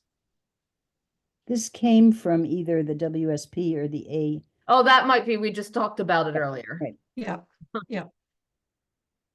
So Right, let's so leave moving those to it here hazardous- for now, yeah. moving Okay, those- so it's now 4:31. Chris, thank you. I think we made our way through, have we made our way through the materials that you provided? I Um, believe so. And Yes, Stephanie and I will go back and review with Amy Rozecki Right. those things that she sent today, make sure that we understand them. Okay, super. So I want to run by schedule with everybody while you're still here. And that is that it's, it's the middle of April. I'm trying to get a sense of how much time it will take to work through the remaining sections again and pick up the little red marks and basically get this document cleaned up enough that we send it to town council for public hearing referrals. And I am thinking, and see if people agree, that it seems like we could target July to have it come to council, but that would be 1, 2, 3. Well, that would be five more meetings. Does that not seem really reasonable or too far out? Stephanie? I was looking at notes from the last town council meeting, and I thought I saw under referrals that this was to be given to CRC until June 30th. Oh, there you go. Good. Was Well, that then last July year? is, But is that That to might have been report last back or year. to have it done? I just saw that guess date, that's- so yeah. it might be, Probably I a mean, to report report. back. it would be nice to have it, not just a report, but an actual. I It think it could. depends on, I would say, I think 5 meetings at this point, having not like reviewed everything we've done in the past. I know we have a bunch of sections, but I think we're getting to some that are a lot less contentious, would I say, that Yeah, are a well, little more just standard complicated. and not as debatable. I would say they might not be as debatable, so they might move a little quicker. But we got to remember, within those 5 meetings that you counted, we're going to be doing interviews. Right, that's Right. what, there'll be So- quite a few meetings. So I think 5 meetings on this might be, but that might end up August. Yeah. Let's aim for shorter than that. But thank you. Okay, so we'll plug through this. and each of us is sort of doing another part. So Pat and Mandy are going to sit down and look at the hazardous material. Feel free to look at any other sections that you. Yeah, I want to talk, I think, I must admit, and Mandy, I want to talk with you about nexus statements. Also, maybe removing them and just keeping the stuff in farmland and forested land. Because we just need to slim this down, a lot. Don't go hog wild. No, I'm not gonna go hog wild, but I want it to pass state review. So in terms of And that. then that would make Stephanie happen if I got rid of the nexus statements. the- No, I'm the teasing town- you, Steph. The Attorney General doesn't review our zoning bylaws anymore. Ah, we're a even though city. it's a solar siting bylaw, I Yeah. don't, Because we're a city, we just get sued if people think it's illegal. That's right. yeah. But we should So, put this before, I know you put it before town council for those three things that you talk about, whether it's, you know, actionable, whatever those other things That's are. actually GOL. It has to go to GOL before it goes to the council. No, Well, I'm saying. Talking about the town attorney. We should Oh. have him review this Yeah. as to Oh, substance. yeah. Because, you know, I don't think GOL cares as much about substance. They just care whether it's legal. Right. You're absolutely I right. would think before we, because what was our referral? To get something to the council, not to recommend to pass, but to recommend to go to hearing, right? But Yeah, it might, when the planning board does something like that, a lot of times they talk to the town attorney before they recommend the hearings, right? If the planning board thinks it's necessary. And Or this the is probably yeah. necessary, so Yeah. I would recommend that we ask Paul when we're getting closer and have something, because we haven't even talked about every section yet. Right. That we take some time and ask Paul to have the town attorney comment on it. Right, and that would facilitate its presentation to GOL also, because they would be able to see what the attorney is saying Sure. is, yeah. Yep. Because no, they're not dealing with substance, but they are dealing with actionability and legality, so good. So let's let Chris and Stephanie thank you. go. And I hope that this time frame works for you. I hope it's convenient for you. It's definitely well within the workday, so we're trying to keep it easier. Thank you. Bye-bye. Appreciate your help. Bye. Also, Take there care. have been no attendees, but I think you need to make a statement about public comment, don't you, before we close? Yeah, okay, so Yeah. Maybe make it now, but there's nobody there. There hasn't been. thank you, I thank you, because I didn't bother because there were no people, but general public comments are an opportunity to have public comment on matters within the jurisdiction of the CRC. Residents are welcome to express their views for up to 3 minutes. CRC does not engage in a dialogue or comment on a matter raised during public comment. When called on, please identify yourself by stating your full name and district or address. Are there any people willing and offering to speak? There is no one in attendance. Thank you. Then we will close the public hearing, the general public comments session. Let's swiftly move over to the conversation about selection guidance, and the same sentence is in each of the documents. It seemed pretty much reasonable to use the same language. So either the community resource, let's see, you've got it right there. Can you enlarge it just a little bit? I've got it. So it just says, besides the selection criteria from our policy, this sentence is trying to cover what we talked about. The CRC further considers applicants' life experiences related to matters typically before the board, where broad understanding or subject matter knowledge or skills can contribute to full and practical considerations of a project under review. Mandy. So I actually would suggest that the planning board and the ZBA statements be different. because the ZBA does only review projects. But the planning board reviews projects, but also plans.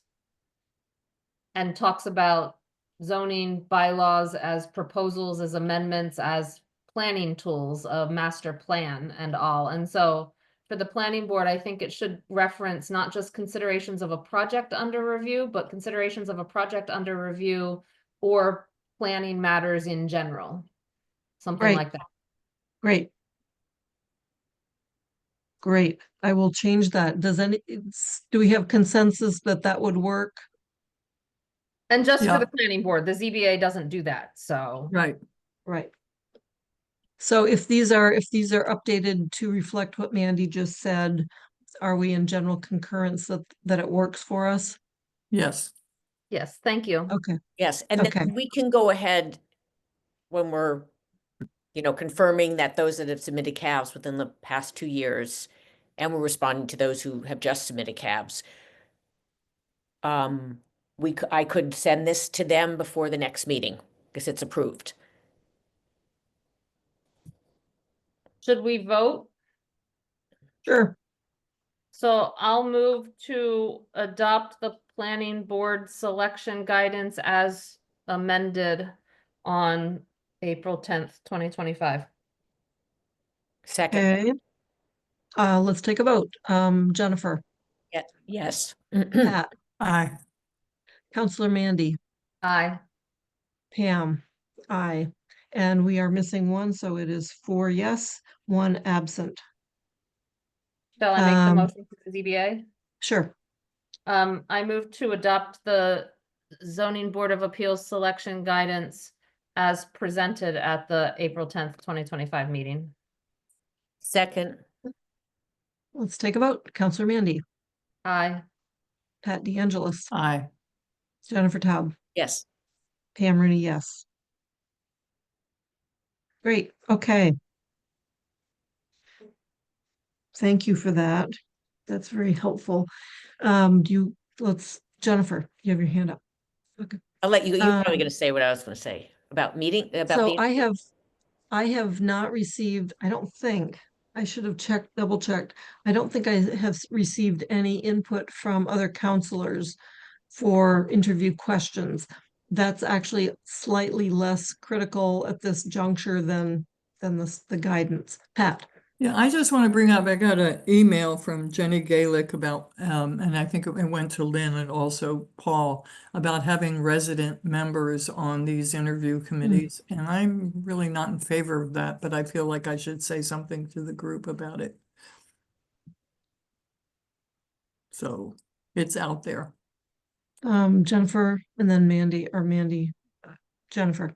I mean, that would be a conversation for the council. I mean, we can't just decide that, so. No, I know, but. Yeah, no, I'm that's what I'm saying. I don't even want to I don't bring have it to the I haven't really council. thought about it, but yeah, it's not. I mean, how would we even have that conversation? Should it be presented to the council? Yeah, because they would have to approve resident members for the search committees, and I feel like this needs to go forward now.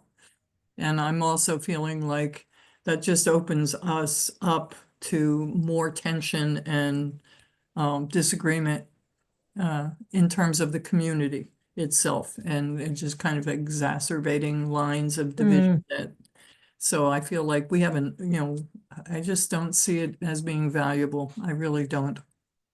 And I've said that to Jenny, but I feel like I had a responsibility. I guess I would add who would get to select them in the first place. So if Exactly. and there's as much work in selecting the selectors as there is selecting the Right. applicants. I mean, unless you make them join As resident members, PRC as resident members, and I don't know. Yeah, I do feel like at some point we were elected by residents to kind of do that. Yeah. I think that's different on finance because it touches so many other areas, so. Okay, good, you agree with me, we're not gonna bring it to council. Okay, so Mandy, go ahead. Yeah, I didn't send you interview question potential changes because I'm on the committee. I actually have some Oh, okay. comments on them. I don't know if we're discussing them today or not. Do you want me, if we're not discussing them today, to actually send them to you?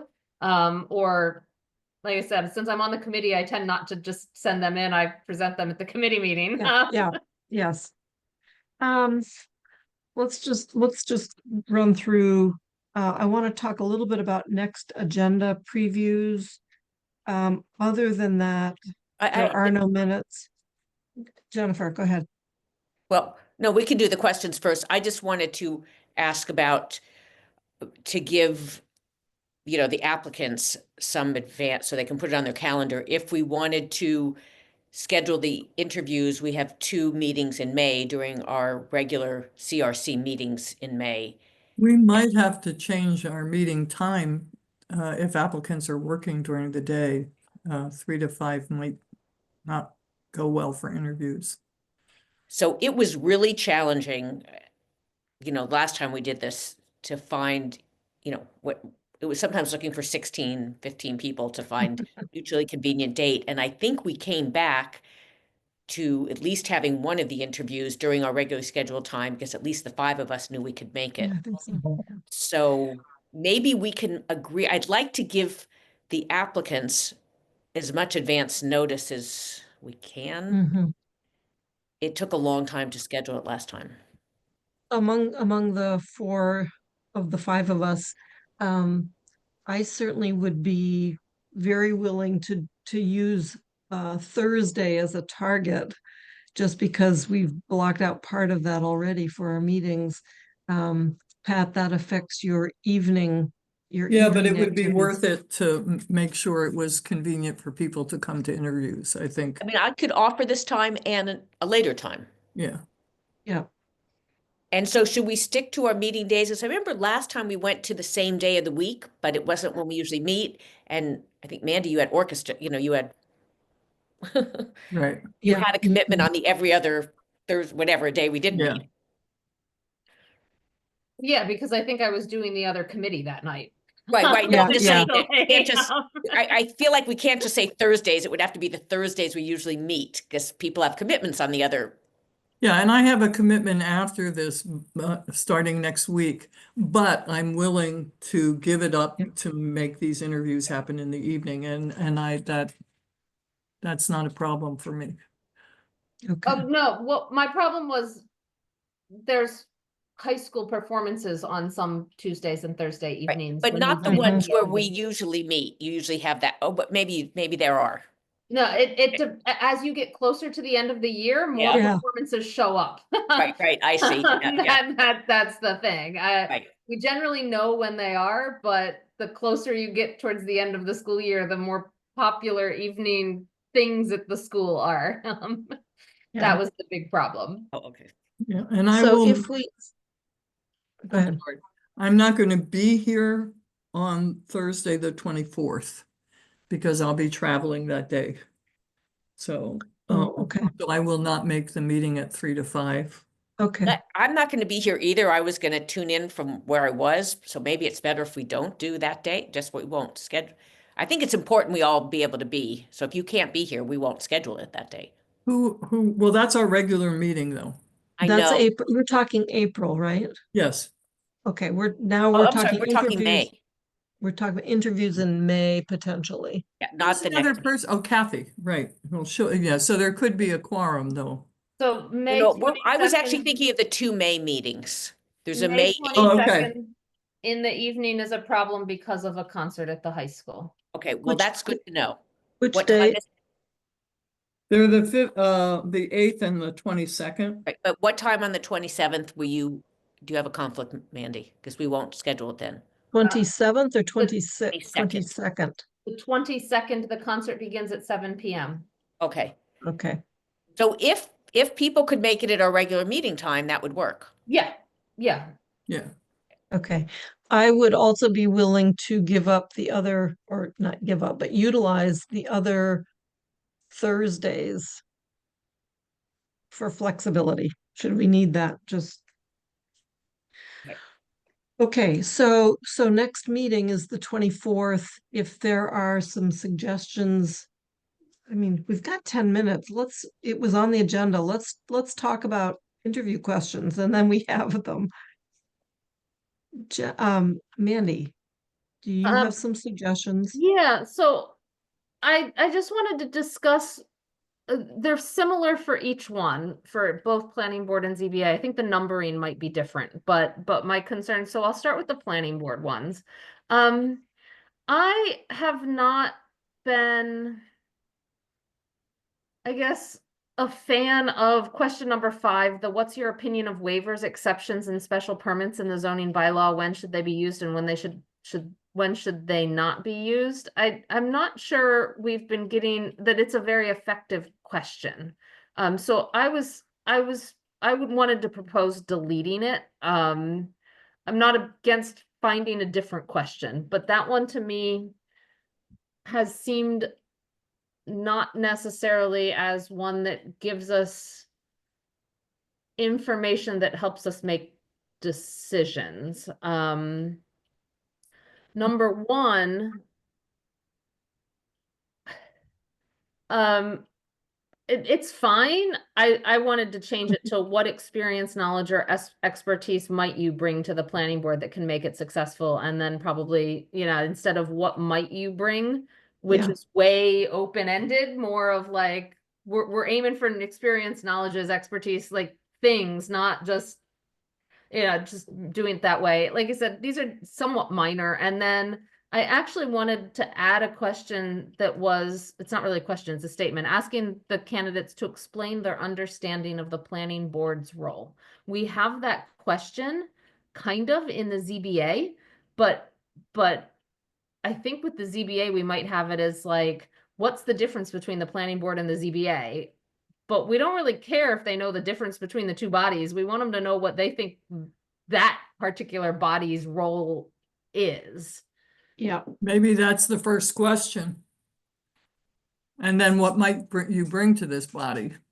See, that's what I did. I agree, but I think the question on waivers was also to get to their understanding. Yeah. But the other thing about waivers for me is sometimes you can see where someone is stuck. And that might influence whether or not you wanted to support them as a candidate or not. I don't know. It definitely deals with the sort of the details, the technicality of a zoning board or a planning board, to know the difference between a waiver and exemption. I have to sort of think about it myself. I have to go back and refresh my memory. Which is the waiver, which is the exemption, which is the whatever. And it is certainly not something I would have been able to answer had I been interviewed for that. I would have said, I'll look it up. Although I would think if you're interviewing for the ZBA, you would want to know that. Oh, the ZBA, yes. Yeah, but we're talking about the planning board, yeah. Yeah, I know. That's. So Mandy, if we go back to your question of we could change the thing to what do you feel is the role of the planning board, or what do you feel is the role of the ZBA? Does Yeah, that make I it? had it as explain your understanding of the planning board's role. Yeah. I wonder though if we'll get the same answer from many people. Versus, sometimes we ask these questions and everyone's like, what they said.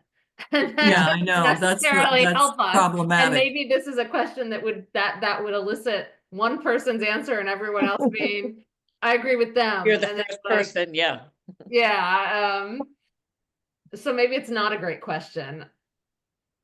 What are you I feel trying like to the get waiver at? question got us a lot of whatever they said because of this potential not fully getting the difference between them. And that's not, we weren't really going for what's the difference between them, but more of how do you interpret, what's your sort of statutory interpretation thing, right? But some of that gets to, Kathy, which I like Kathy's suggestion at the last meeting was to ask if they, listen, if they are in the audience or tune into a planning board or ZBA meeting, because I think there are sometimes people that interview that have not, and then they really may not have any sense of what a waiver is versus. That was what I was Very. getting to for number one. Number one, we have, what might you bring to the planning board that can make it successful? Please include any experience you have appearing before or serving on the planning board or ZBA or watching one of their meetings. Yeah. So I'm suggesting think we that's delete good. that statement. I was suggesting we change the first part to what experience, knowledge, or expertise might you bring to the planning board that can make it successful? So sort of narrowing down what we're asking them to talk about. Like, we want I've- your experiences that would, and that would include watching a meeting and. But they may not, you could have the, I'd be comfortable with that. yeah, I'd like to, I like asking them if they have zoomed in. I was keeping the please include any experience you have. Yeah.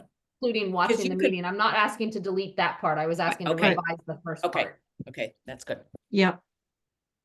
Yeah. Yeah, And then it was can this add that. waiver one. So if I took these questions and I marked them up, or Mandy, if you wanted to mark them up, Here. this isn't exactly, I mean, I would be very happy to have them distributed and people look at them and come back to the next meeting with responses. Do these have to go before the full council? No. No, okay. No.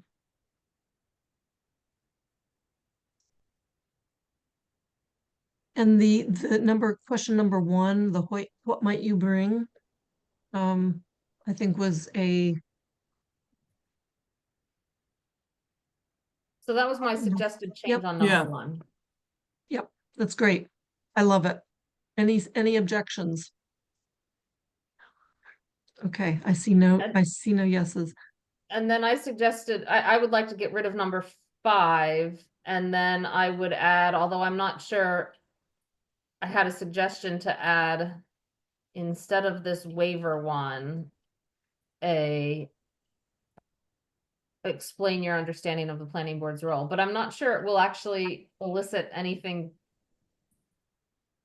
different between the candidates. Right. Yeah. I also still think it should be first if we're going to ask it. What do you understand about this? And wouldn't that, I don't know. And then we- that leads you into, know- so what would you add to it? Add to I know, it, I think right. that's a good suggestion. That's a good first question. But like Mandy says, if I don't know, it's very about- by rote. Is there a way to change that? What about asking why they want to, why Why do you want to be on it? did they apply? Yeah, why Like, have you it has applied nothing to do with the experience, but why did you apply? Yeah, I think that's a good first question.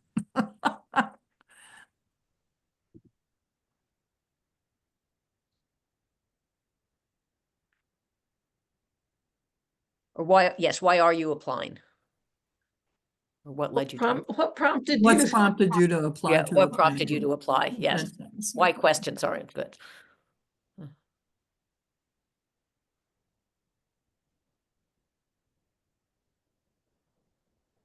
To serve on, yeah, the planning board of the, And then what? Yeah, at the beginning. might you And bring? what experience, which might duplicate it for some, but might not for others. So the Yeah. first question should be what, not why, is the first. Oh, Yeah. sorry.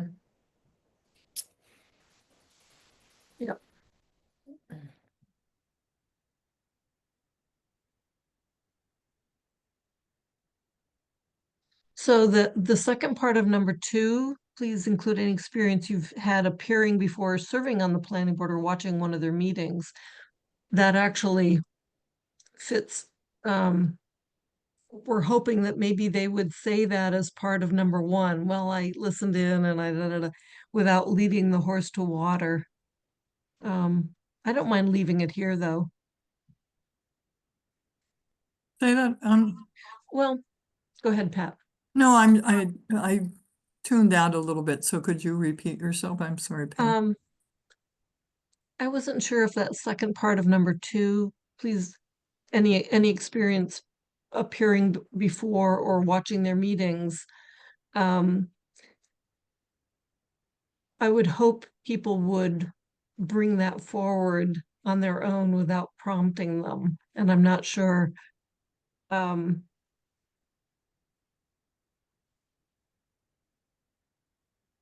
think it's fine. Actually, I think it's fine. I think it's Yeah, it fine. feels like it opens the pool up a little bit. You don't have to have this absolutely direct experience doing this.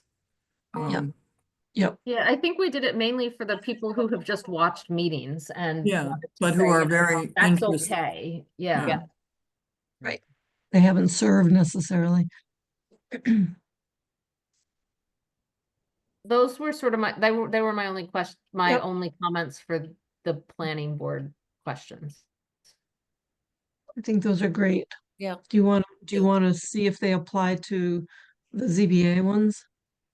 Some of them did. Like I said, they were very similar to each. Can we should we take a vote on adopting those Sure. changes? Okay. I I move that we adopt them Second, as typed in. Pat, seconded. Jennifer, yes. Mandy, Aye. Pam, yes. Okay, good. So we adopted, that was planning board. That was planning board. Check. Now ZBA. Thank you very much, folks, for sticking with this and helping get through it. So I had the same change for number 1. So I would make number 1 basically the same question as the planning Yep. board was. Yep. Oh, wait, well, the current number 1 was the what experience, knowledge, or expertise, so. Mm-hmm.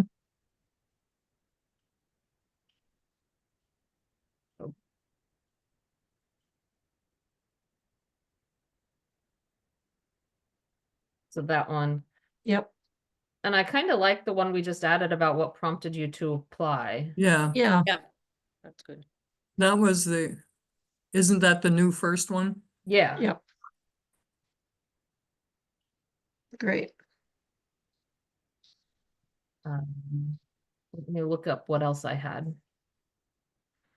Delete 5, 6. Okay, I was suggesting deleting what were 5 and 6. So the special permit one here, and then the opinion of waivers and exceptions.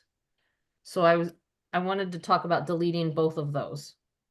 Oh, I don't have trouble deleting the first one.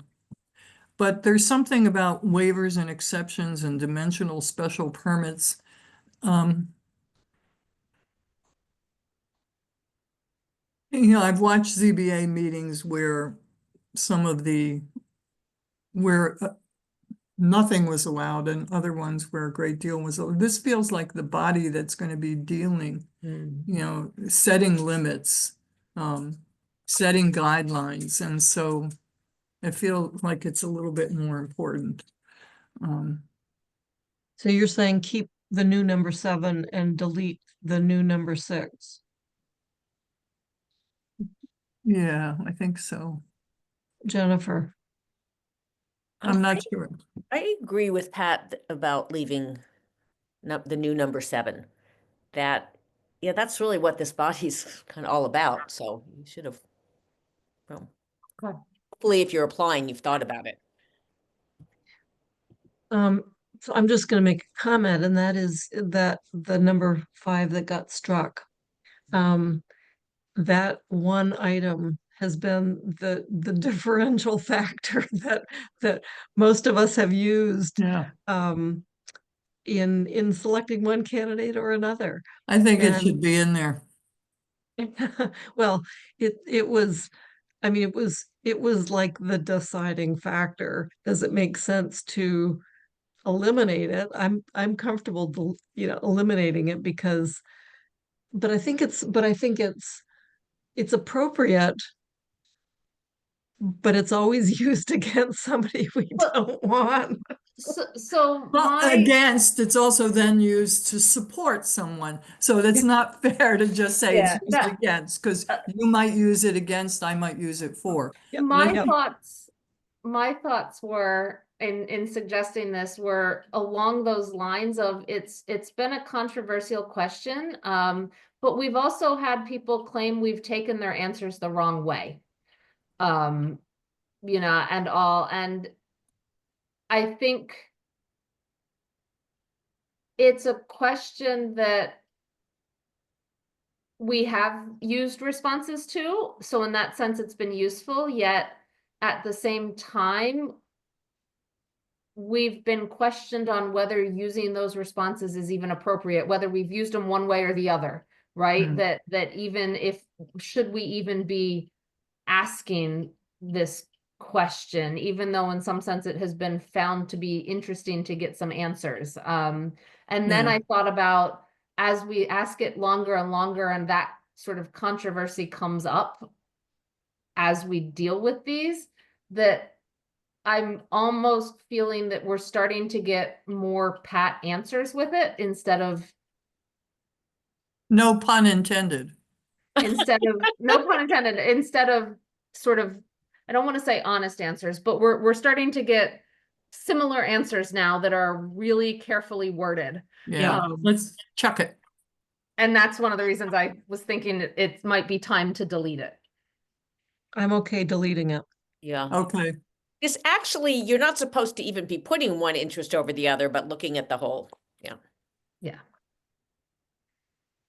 And then I had one other one, which was number 3, the old number 3, which I suggest again, but I think I would delete it now. The difference between the role of the ZBA and the role of the planning board, which I was suggesting in my initial notes to change to explain your understanding of the ZBA's role, but I definitely don't think we need to ask them the difference between the planning board and the ZBA. Yeah. just what, yeah, what's the role?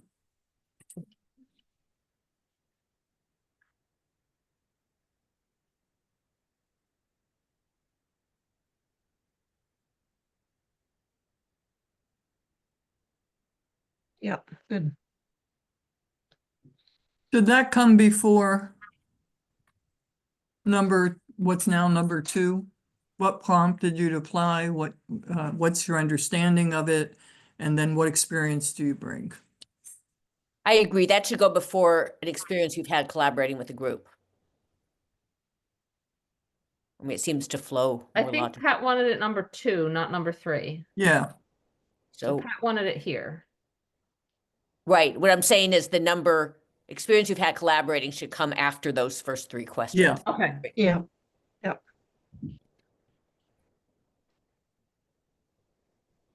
And so we're getting rid of number 6, yes? The exceptions? Wait. No, Yeah, it was the no, old. I'm sorry, sorry. I The old suggested number getting 5. rid of it, but no one seemed to agree. So I left it. We got rid of it in the planning board interviews. Yeah, actually, Yeah.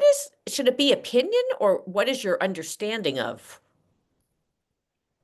Yeah, You're not really asking. well, aren't you asking? The Well, goal that's- originally was to sort of get judicial interpretation of sort of statutory, are you, in legal Supreme Court things, are you an originalist? Are you things like that? But actually, if we said understanding, that would be more likely to lead to, like she said.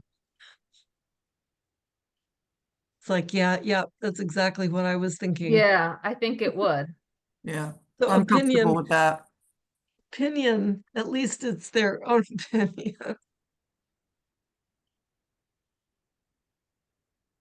But I understand.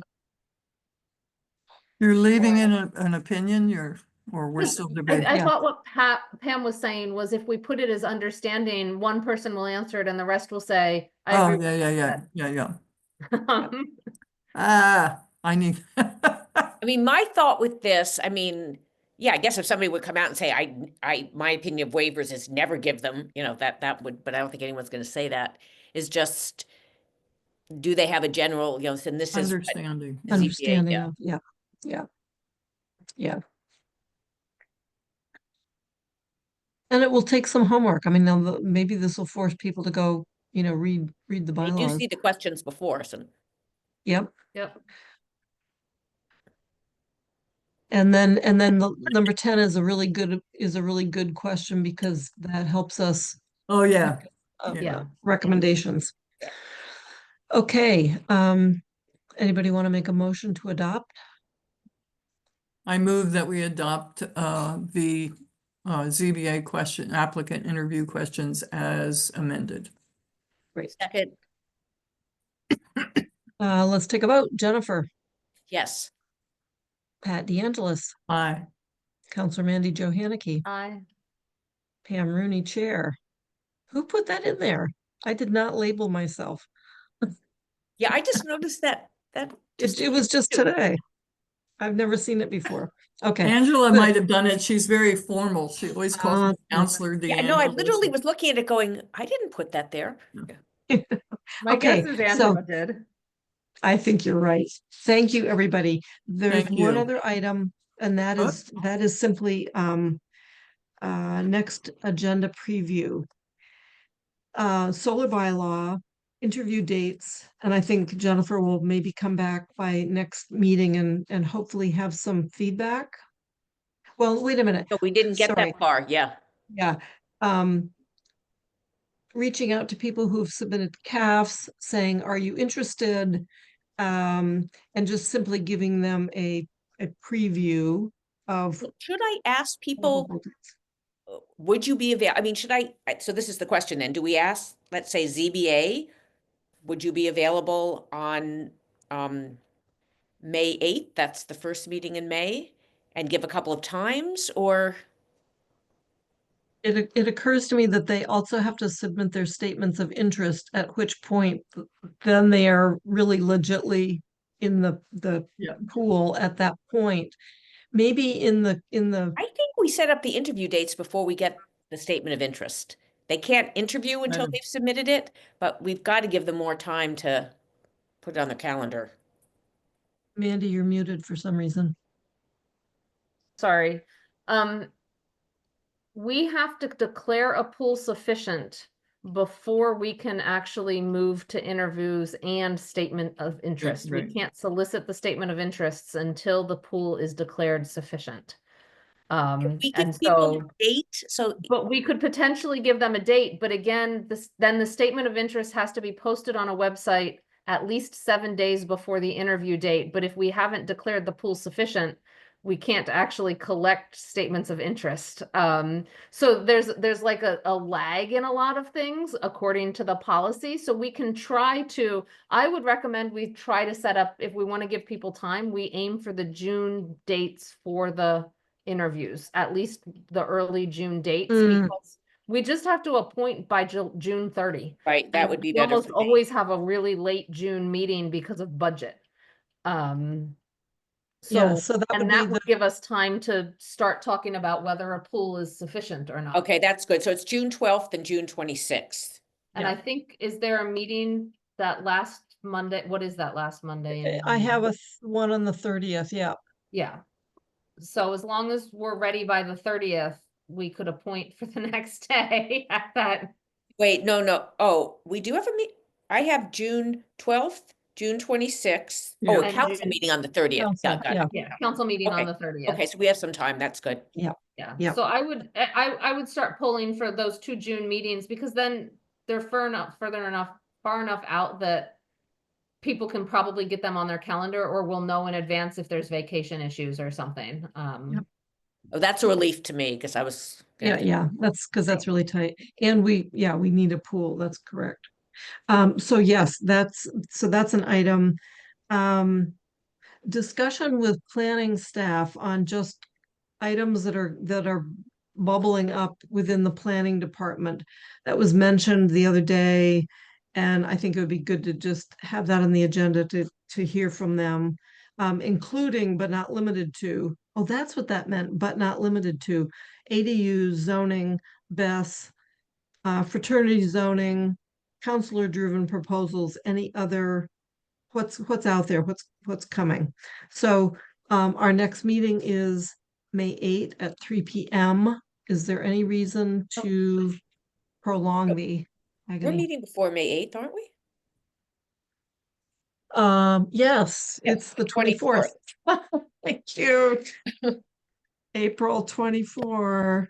Yeah, Sorry about that. yeah, that's the you. one I won't be at. Okay. Good to know ahead. We'll plan something really good. You'll do everything I don't want you to do, especially Mandy. I'm gonna take over that solar bylaw without you here. No, you're not. We're going to approve it next week, the next meeting. We'll, No, we'll, you never we'll- work yeah. that way, kid. Okay, thank you, everybody. I'm gonna I call sent some adjourn- possible meeting times to you by text, Mandy, when you get a chance. Great, okay. Move I Motion move to adjourn. Second? That's an aye. Jennifer, Yes. I gotta Pam's get an out. aye. Counselor Mandy Joe Aye. Fanicky. I love meeting earlier. I do too, but I gotta go. Okay, bye. Stop recording. Aye. I gotta stop recording. Okay. Yeah.